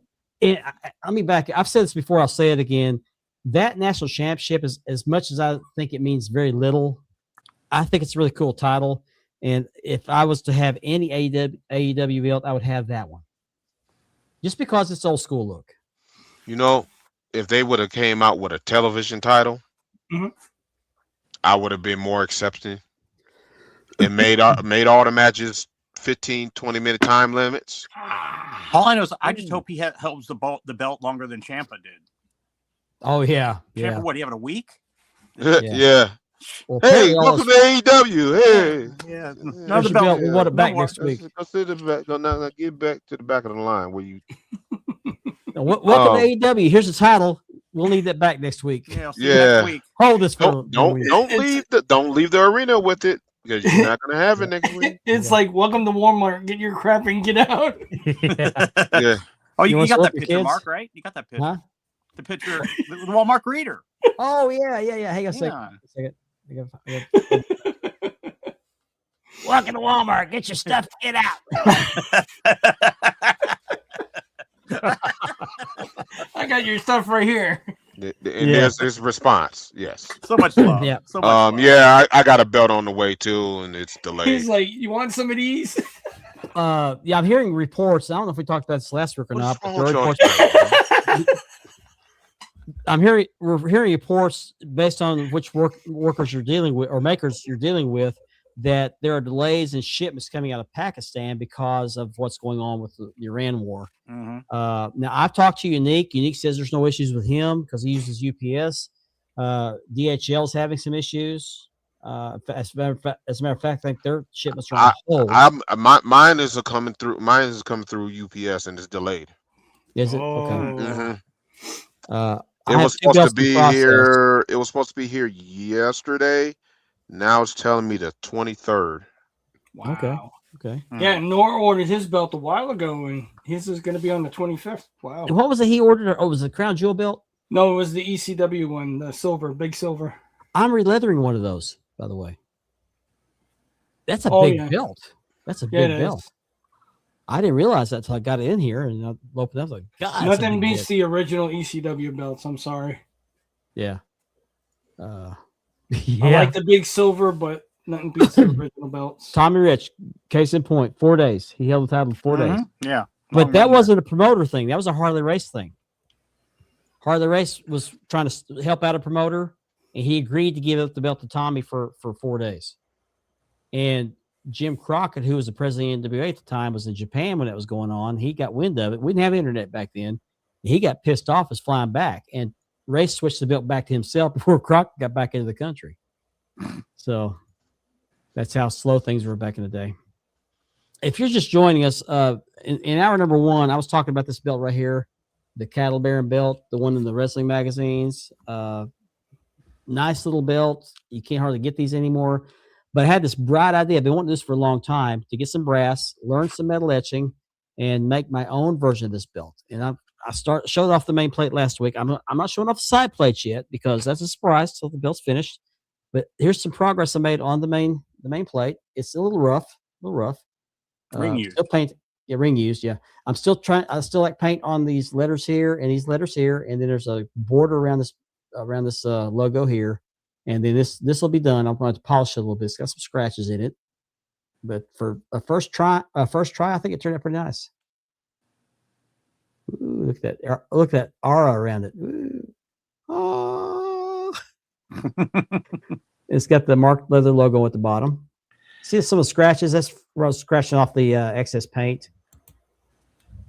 But I'm gonna hopefully have this finished this weekend. I'll cut out the side plates this weekend. They're almost done, and then get some leather and some Chicago screws, and I'll be ready to. I wonder what that would look like on a brown strap. I don't know. I'm gonna put on a black strap, just like this one. With the bronze plates. Yeah. Appreciate that. I hope so. Yeah, I still got 2 more sets of plates I'm gonna try, and I'm gonna try some acid this time. A maker told me about something called ferric chloride, but he's trying to show me the technique. I'm waiting on the video to learn the technique. What I used was salt water and electricity, and it didn't etch very deep. It's kind of hard to get the paint to stay inside. I mean, it overflows because it's very shallow etching. But on the leather, I've got on this center portion here where the plates are mounted, this is a thicker piece of leather. All this around here is a thicker piece of leather. It's about the same thickness as the leather I use for the straps, for the belts. It's sewn onto a very thin piece of leather. This floppy stuff here. I've got this. I need this. And I've also got this right here. This little where you put your name on here. I got that too. I gotta get the stain to match this color. And I'm going to do white thread around this instead of, this is sewn on. These 2 pieces are sewn together. We'll do white thread, and I'm very seriously considering doing red, white, and blue all the way around here. Nice. To complement the logo on the main plate here. So, Dirty Acid, yep. Dirty. Isn't that a grunge band, Dirty Acid? Mark, did you just say you're going to try acid this time? Yeah, we'll try acid. That's it. Yeah. Could be worse. It'd be called the Butthole Surfers. Yeah, but the one thing I'm not going to do is I'm not going to recreate this eyelet here rehang, because that involves buying more supplies and some more equipment, and I don't want to go in that kind of expense because this is like a one-off thing. I may make a few of these and see if they sell. But I need Chicago screws. I've got 4. I need 12, so I'm gonna buy 2 sets of those. Now, is that rough on the back? The backing, is it rough, or is that? Yeah, there's no. Okay. Yeah, it's smoothed out, but it's basically the raw leather. Okay. It's dyed. It's what it looks like. I thought about doing velvet for the back, but I don't know if I'll do that. Yeah, but it's another added expense. I don't want to go through. This is just something I want to try out, and so far it's going fairly well. But again, it's a little rough. I've got some scratches on the. And brass is a soft metal anyway, so it's easy to scratch. But I have these real thin lines around here. I got to do these up here around this USWA here, and I would take a piece of tape on both sides of this line, which is about 2 millimeters wide, and just take a toothpick and just peel off the excess when it dries. But it's just been a mess, and I'm hoping to have these plates done this weekend. And it's called a buff back. Okay. Buff back. Yeah, the back of the belt. Yeah. Well, what they do is they take something similar to what you do around the edges of the strap. Mm-hmm. But it's a wider piece of like a glass or something like that. And you put something called Tokonol or some other kind of finisher and just kind of paint it on there, rub it real smooth. All right, Chris, I'll think about it. If I do this, and I don't want to do too many because this is a lot of work. I may do no more than 10. I'll number the straps, make it limited edition, see if they're worth anything. But I just thought it'd be kind of cool. Are you going to sign the back of the plates? No, I don't know about that. I might. That's the special edition. That's the extended edition. If you want that one, that's the premium edition. Maybe so, but you have to put comments on the strap under the plate. Yeah, right. no, I'm not gonna do that again. What I said before in the other one was a little risque, so not gonna do that. That was hilarious. That was it was. I was angry just a little bit. Yeah, You were number one for that one. huh? You were number one for that one. I was, yeah. No, I had a belt that E-Dub had given to me, which I'm sure he stole from somebody else. Oh, I'm sure. No doubt. And I decided after he was exposed for the scammer that he is, I didn't want that belt in my collection anymore, so I re-leathered it. Did a really beautiful job on it, but He put a little wang on it. Just a little. A little wang on it. on the back of the strap, underneath the backing, I wrote a lot of horrible things. He But put Eddie- more than Eddie- just a stank on it. But Eddie was a big wang. I mean, you know. Freeze dried Eddie. Oh, Jesus.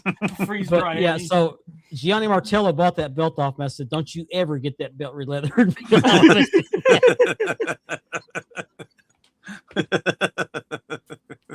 What is this? And Is this an airplane underneath here? Yeah. I said all sorts of very derogatory things about Eddie and Magic Mark on the back of that strap, which are hidden by the backing. But what happened was I had gotten into it with a leather customer who I was simply just telling the guy, look, if you're going to keep harassing me, I'm just going to send your plates back to you. The guy got real hostile with me, threatened to ruin my business because they didn't know what I was doing. And he just kept on driving me about what he wanted me to do with that belt. There you go. Just do the right thing. Yeah. Remember that video? Do the right thing, brother. Yeah. But anyway, so I went on another podcast to kind of squash the beef, and Eddie said, "I will give you a belt for your trouble." I didn't expect it. I had forgotten about it till it arrived in the mail, and after what came out about Eddie, about him, being the scammer that he was, I just assumed that somebody else had ordered this belt, and it was given to me. So I decided I don't want this belt anymore, so I sold it. I didn't want any part of it. But I sent it off with some added features. Special And you love. guys saw it. I showed it to you guys, didn't I? Special Yes. features. Special love. Mark Yeah, said special this love, with yes. that belt. It looked like an abandoned train car. Not as much as Xavier Woods, but close. Yeah. Oh, Yep. No, this is a special project I really want to do. So He put his S's on it. big time. Yeah. I did. Big time essence. I did. But Gianni Martello has that belt in his possession. It's a geez. beautiful belt. It's a WCW Middle Eastern title, Mm-hmm. Yeah, very nice. which you can buy, by the way. In fact, I had Unique make one, and I sold that one too. I got it. It just didn't fit my collection. I've seen them on eBay. It's got blue paint on it, blue painted banners. Mm-hmm. Very, very nice belt. I got mine actually right here. Middle Eastern. Oh, that's all right. You bought that one. Okay, I just sold it. Yeah, now that's not the one with the graffiti on the back. No, this is Wang free. That's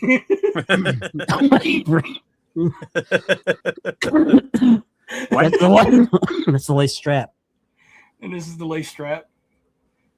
Yeah, this is the one that CJ bought from you, and I got it from CJ. Oh, okay. I knew somebody bought it, but I can't remember who. He's got the big silver I want too. Okay, all right. Have you guys seen the commercial? I haven't seen it on television, but I saw it on YouTube during the ads between videos for TurboTax. It's got Stephanie McClure, Yeah. Penta, and LA Knight. Mm-hmm. Now, I will say this: none of them can sing. No. They can't sing to save their lives. Stephanie McCord does not have to sing "I'll Still Love Her." She can sing to me on mute, and that'll be fine. Yes, that's Yeah, fine. yeah. Now, I look at her all day, but I can't listen to her sing. It's awful. It's not her singing I want at. But LA Knight is horrible. Horrible. Baby. Oh. He's fighting with a fax machine or something. Well, like I that. think they're worst meant to do that all-time- a spoof. The worst Yeah. all-time wrestling singer is Vince McMahon. Oh, Stand Oh, back, yeah. stand back. Oh my gosh. I knew Yeah. you were gonna bring that up. Oh, the worst video. Oh, terrible. Stand I don't back, remember that. Stand back. The Cook No. movie. I remember Shut seeing Road up, Trip, but I don't shut remember up. Yeah, I don't remember the movie. I remember the movie Road Trip. I don't remember the cook. But yeah, it is a nice belt. Mm-hmm. Very nice. Belt. I didn't really want to sell it, but it doesn't fit my collection. It's a beautiful belt. Yeah, I had to add it to my collection. And that was a concept belt. And Eddie claimed to have the concept, but I don't think he did. But Eddie was a concept in himself. That Middle Eastern title was created for I was Mike surprised Von Erich. he was even concepted. Yeah.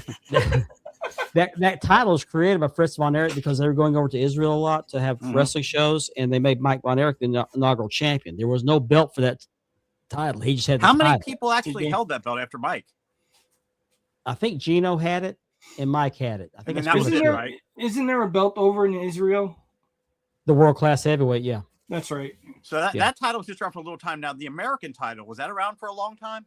Oh yeah. Yeah. Was it okay? I'm not too familiar with the history of that one. The American title was like the Intercontinental title of world class. Okay, so it was a mid card. Yeah. Okay. Yeah. Good Whoever looking was belt, American, by the way. Good looking it belt. was. Yeah. Now that belt didn't debut until 1986. No, I'm sorry, 84. 84. Okay. Yeah, mine neither. But it was a beautiful belt. It is a beautiful belt. Mm-hmm. But yeah, if you haven't seen that commercial yet, anytime you watch YouTube, depending on what you watch, it pops up as a commercial. They run it Oh, every yeah. WWE You can look show. at you can look No, at I take it back. It was Netflix. I think Netflix commercials. Yeah, Netflix runs it, but they also run it Friday nights too. Okay. Yeah. So it's, Oh, do it's they? Okay. Yeah. Mm-hmm. No, it wasn't Netflix I saw it on. It was was Monday I Night can't Raw. remember. One of the Raw, streaming. Heavy Raw. No, I was watching some movies the other day, and you know how they go to commercial, Tubi. Mhm. Oh Tubi. yeah, It's Tubi. yeah, yeah. Oh, okay, gotcha. Yeah. It's one of those commercials, yeah. But every commercial, it's that one. And lately night, something about the time's passing me by, baby. Like, oh God, please don't do that again. But anyway, it is funny, and Stephanie McCurry just can't listen to her sing. Mm-hmm. Penta doesn't sing a whole lot, but thank goodness. No, He he kind of can't sing. he just reads it. He doesn't not like he's even singing it. Yeah. And I meant to talk about this the last 2 weeks. I kept forgetting, but have you guys seen Thea Hale? Thea Hale's statement on mean comments on social media. Yeah. Mm-hmm. That brings you back to the comment of internet. Yeah. These people are real people in real life. Yeah. Their character and their personal person, it's two different people. And Which look at takes me. Which Ben, takes who me was back. it that killed herself after You know what? Yeah, being take me bullied back. on Ashley the internet? Massaro. Ashley Massaro. The girl in New Japan that killed herself. Yep. But basically, let me read through some of the comments she made on this post. She says she's a 22-year-old girl. Think about that for a second. I wouldn't have even graduated college if I had been. Mm-hmm. She said, I moved away in the middle of high school to pursue my dream because I valued that over comfortability, and most people could never have fathomed to do that. And every day to look at my Twitter timeline or to look at social media and see negative comments about me as a human being is disgusting. Now, I haven't seen the comments she's referring to. Oh, they were bad. They were. But worse. I know pretty much what they say because this is a common thing. It's a common thing. The keyboard warriors out there making all these comments. Oh yeah, you know? yeah. I don't think there's nothing worse than it. That threat, but coming after somebody personally is really bad. It is. She says here, I've worked my ass off for 5 years for the biggest moment in my career, and you all take it as a joke. You act like I'm the worst human being in the world for my 1 ounce of success that I finally had. It sucks. I don't think you understand every day that I wake up happy, sad, miserable. I don't care. I put professional wrestling above everything. And for 5 years, I have valued this industry to such an extent that I valued others' opinions, and it is exhausting.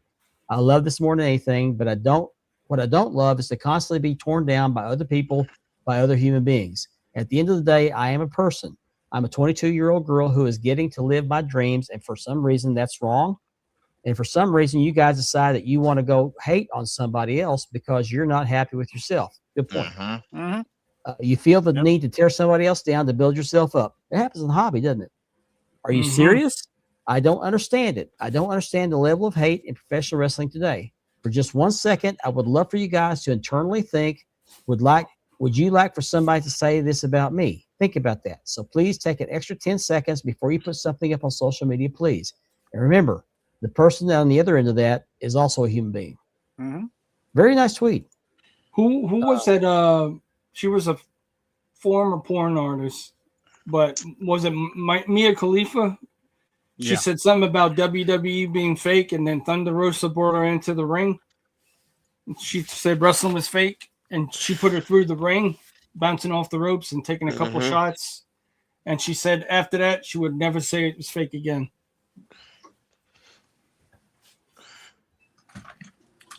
Two. I can't remember. Two. One. I don't remember how many I got. I think I have two. I got the inmate and the tag. Actually, no, I got three. Yeah, I got three. Because I have the 2 tags, the inmate 4, and I got the Henning. Okay. The Henning's nice. I like the Exactly. Henning. That is a nice belt. Exactly. Yep. This happens in the hobby all the time. All the time. Yep. It hasn't happened a lot lately, but it goes in cycles. Which means it's going to happen soon. It's too Yeah, quiet. it's going to happen because I just cursed it. It's too quiet. Damn it. Well, But- you know, this thing, man, I always think that these belts are nothing more than display pieces. I didn't win them. Yeah. Right. I didn't do anything special. I bought them. It's a collection. I bought them But- for my satisfaction. Mm-hmm. But I'm going to tear somebody down for trying to live the dream and win a real one. You know. There's some people Too in the late. hobby that'll tear down others Too and late. use materials as a status symbol Right. instead of just being part of the hobby, just enjoying the hobby, being a part of being a collector. Mm-hmm. Yeah. And it's sad to see that, man, but that's what we have. Mm-hmm. That's what it is. And Like I I mean, said- it's for the rest of us that ignore it. Mhm. If you Mhm. ignore them guys, eventually they're talking to themselves.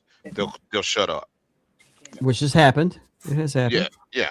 Thankfully. Just like a fart in the wind. Once it's out there, it's gone. Oh, here go the farts. There we go. Oh no! Here we go. He just opened up the. One other item I had on my list to talk about is Candice Michelle signed with TNA. What do you guys think about that? Who was that? How old? She's got to be like what? In her mid 40s, late 40s. I'm sorry, NXT, not TNA. I'm sorry. Oh, she was called up to NXT. Well, first of all, That's Kendall Gray. Yeah. oh, I'm sorry. I got the wrong. I was like, I got the who- wrong I was That's going to say not Candace Ken- looks a that's little not- bit different. My bad. I know. my I bad. was like, I had that's to not look. Candace Michelle. You That's passed the that's test. You passed the Kendall test. Okay. Gray. There we go. Jason, There we go. Jason says he loves when you fart in his wind. Go on. Oh Jesus, Mr. Drip Drip.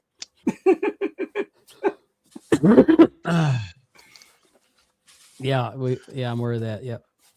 Yeah, Dark she Side of signed the a contract with TNA, Tommy Dreamer, and whoever else was the one that was welcoming her into TNA. I don't know what her part's going to be, whether she's going to be working in the office or behind the scenes. Hopefully, she's in front of the camera. She's got to be Would what, hope. in her mid-40s? Yeah, I was going to say, had to be mid to late. She's up 40s. there. Well, she looks better in her 40s than Andre the Giant did. Yeah. Oh, Mark! Now, come on. Come on, Mark. I mean, am I lying? I don't know. I think it's the meds tonight, man. Well, I think it's the meds. It's gotta She be doesn't lying. look like All I the got to woman say to from- that is thank you, Mr. Obvious. She doesn't I look think- like the woman okay. from Pro Mama from the Train, but she's there. I think Mark is under influence. I'm under something. Yeah. He's saying It's he's the saying Coke some- Zero. It's the Coke Zero. Oh yeah. That'll That's do it. Just blame your age. He's smelling Yeah. that stanky leather.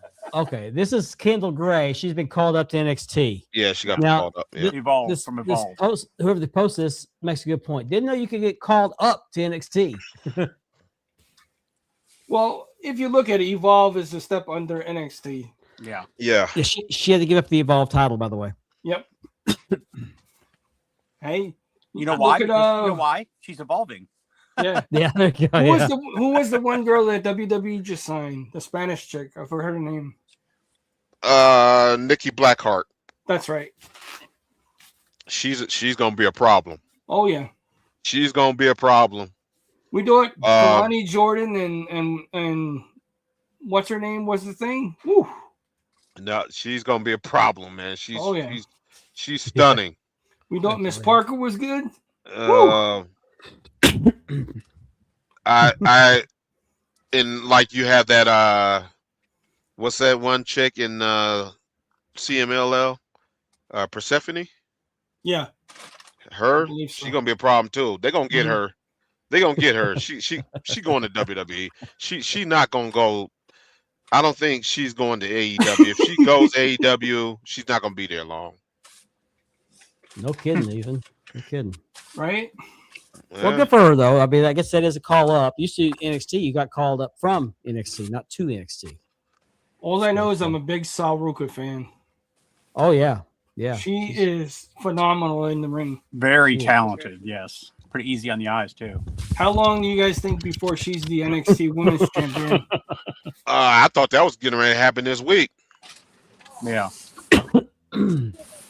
Somebody, I think it was Gianni, commented last week. Let's see your collections. I took a picture that I didn't have time to post last week. Here's my collection next to my bed. My room's a mess. I took that the other day. And I think I'm going to racks together tomorrow. I want to make a Hogan 84 the belt of the week, but I'm going to wait 2 weeks. I'm going to do the Uh-oh, watch out. I think you misspelled that. I think you meant to say yeet, yeet, yeet. Yeah. No, he meant skeet, skeet, skeet. Mark, how long have you had the foam world class belt? I didn't know you had that. A couple of years now, I think. Oh, okay. I didn't know if you had it since a long time ago. Yeah. I thought you got it from eBay.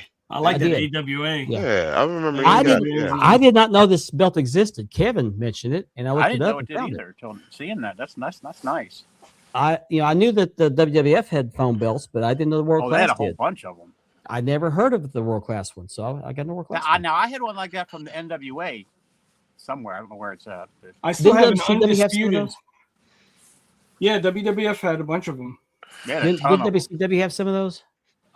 Very rare. They're very rare to find. Okay. Well, I didn't know World Class made any. I never heard of those. And so when Kevin mentioned, I thought, I'll check into this. I saw one. I thought, I got to have it. Belts to the wall. What was the black banana shaped thing laying on the floor? Oh no. Do I dare pull up? Take his comment down so you see. Yeah. That was the secret thing that was put there so some people would see what it was. I don't see a black banana. I don't see a black banana either. Oh my god. Unless that's the bed sheet there or the comforter on the left side. Is that what you call it? Because I mean, if I get up in the middle of the night to go to the bathroom, I bump into that belt rack. But you got my Rocky belt. You don't bump into the black banana? No, I see a black banana. That's a shadow. It's laying on the floor. It's a shadow. But that's the corner. It's Mark's shadow. Mark, they're ribbing you. Move on. It's Mark's shadow. Move on. Mark, you ever been referred to as the black banana? Yeah. My God. Oh God. You guys are funny. You guys are too funny.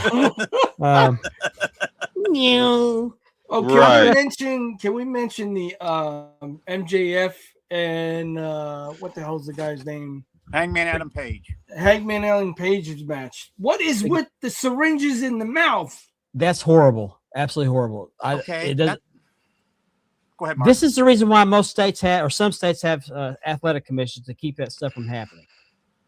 Yeah, I mean, now Tony Khan, another prime example of his stupid booking. Okay, it wasn't that long ago that Moxley was high-fiving the crowd and great and everything.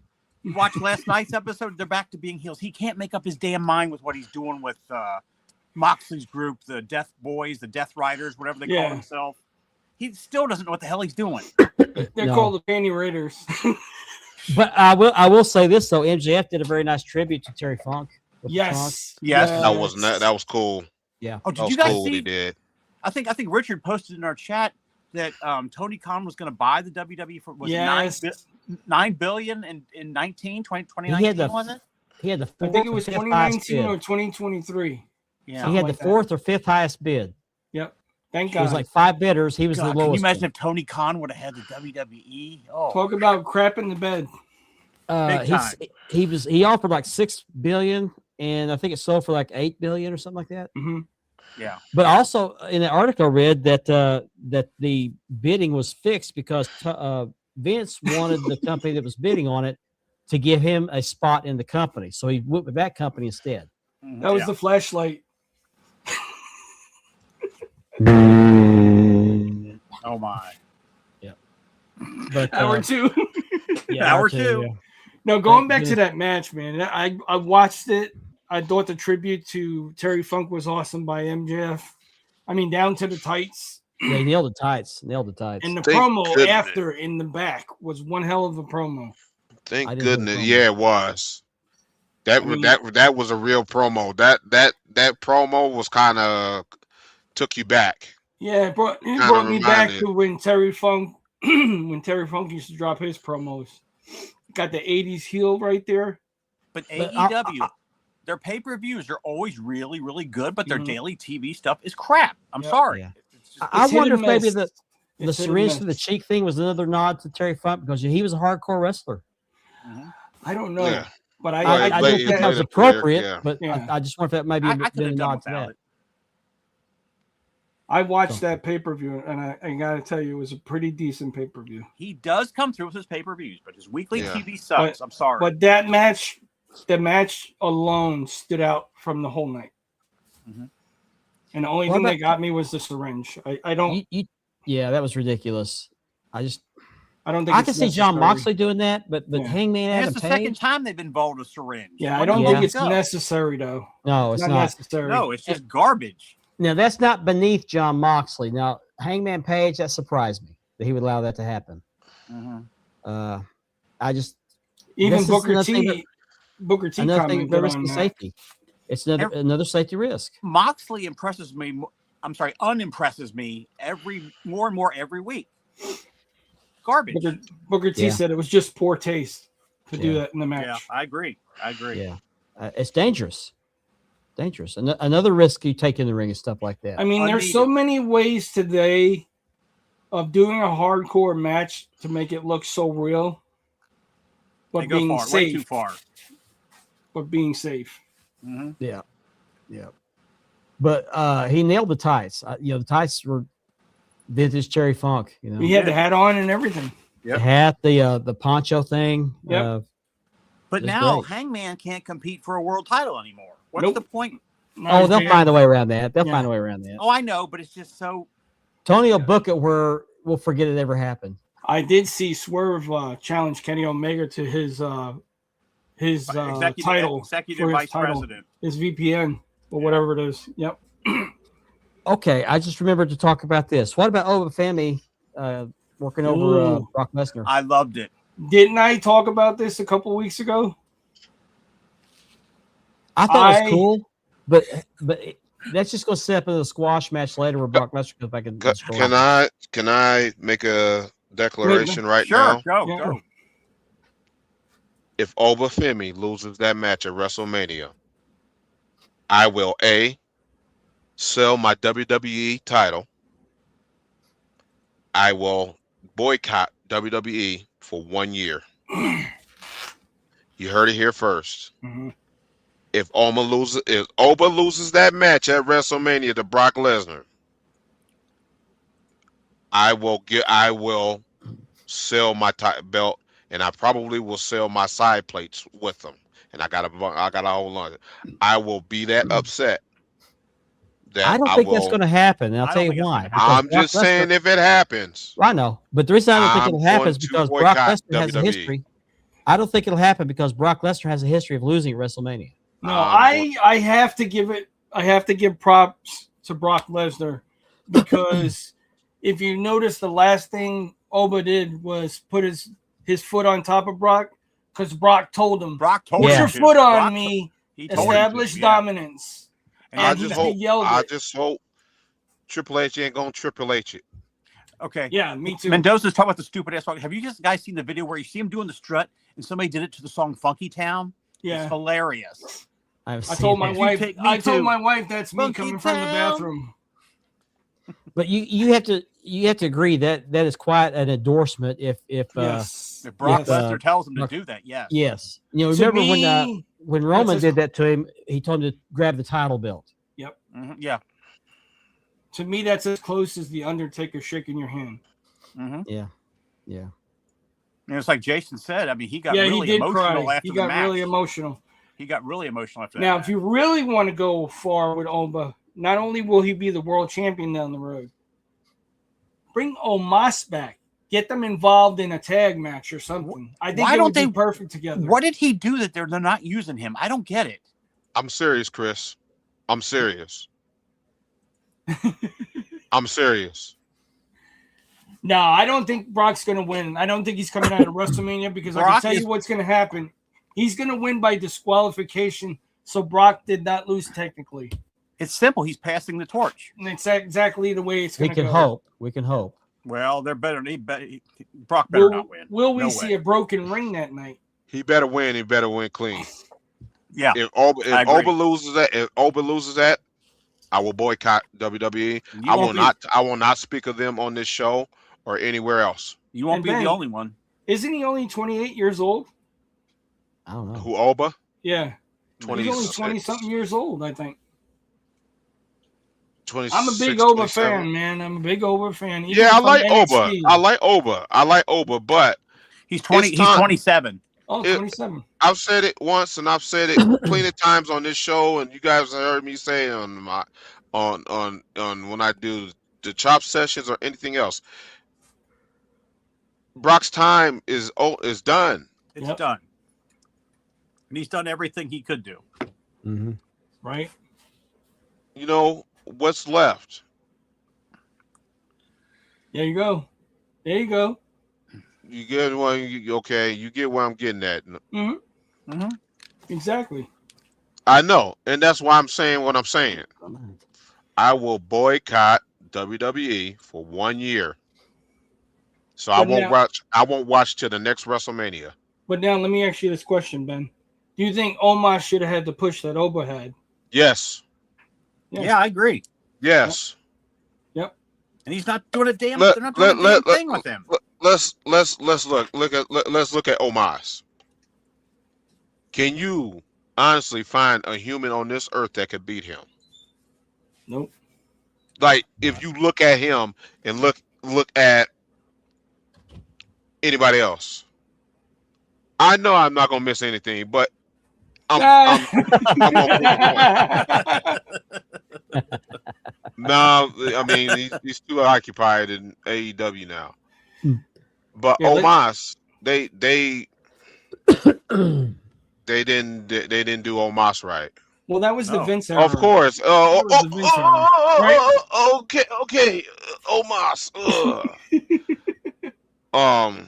He's down in Mexico doing what? I mean, he's the new Kevin Nash. How long did he hold the that tag team title? Every giant they've had.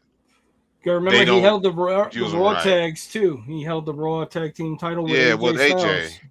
But how long did he hold the New Japan title with a week? Team? No, it was a couple weeks. Noah, he had the Pro Wrestling Noah. A week or two. Yep.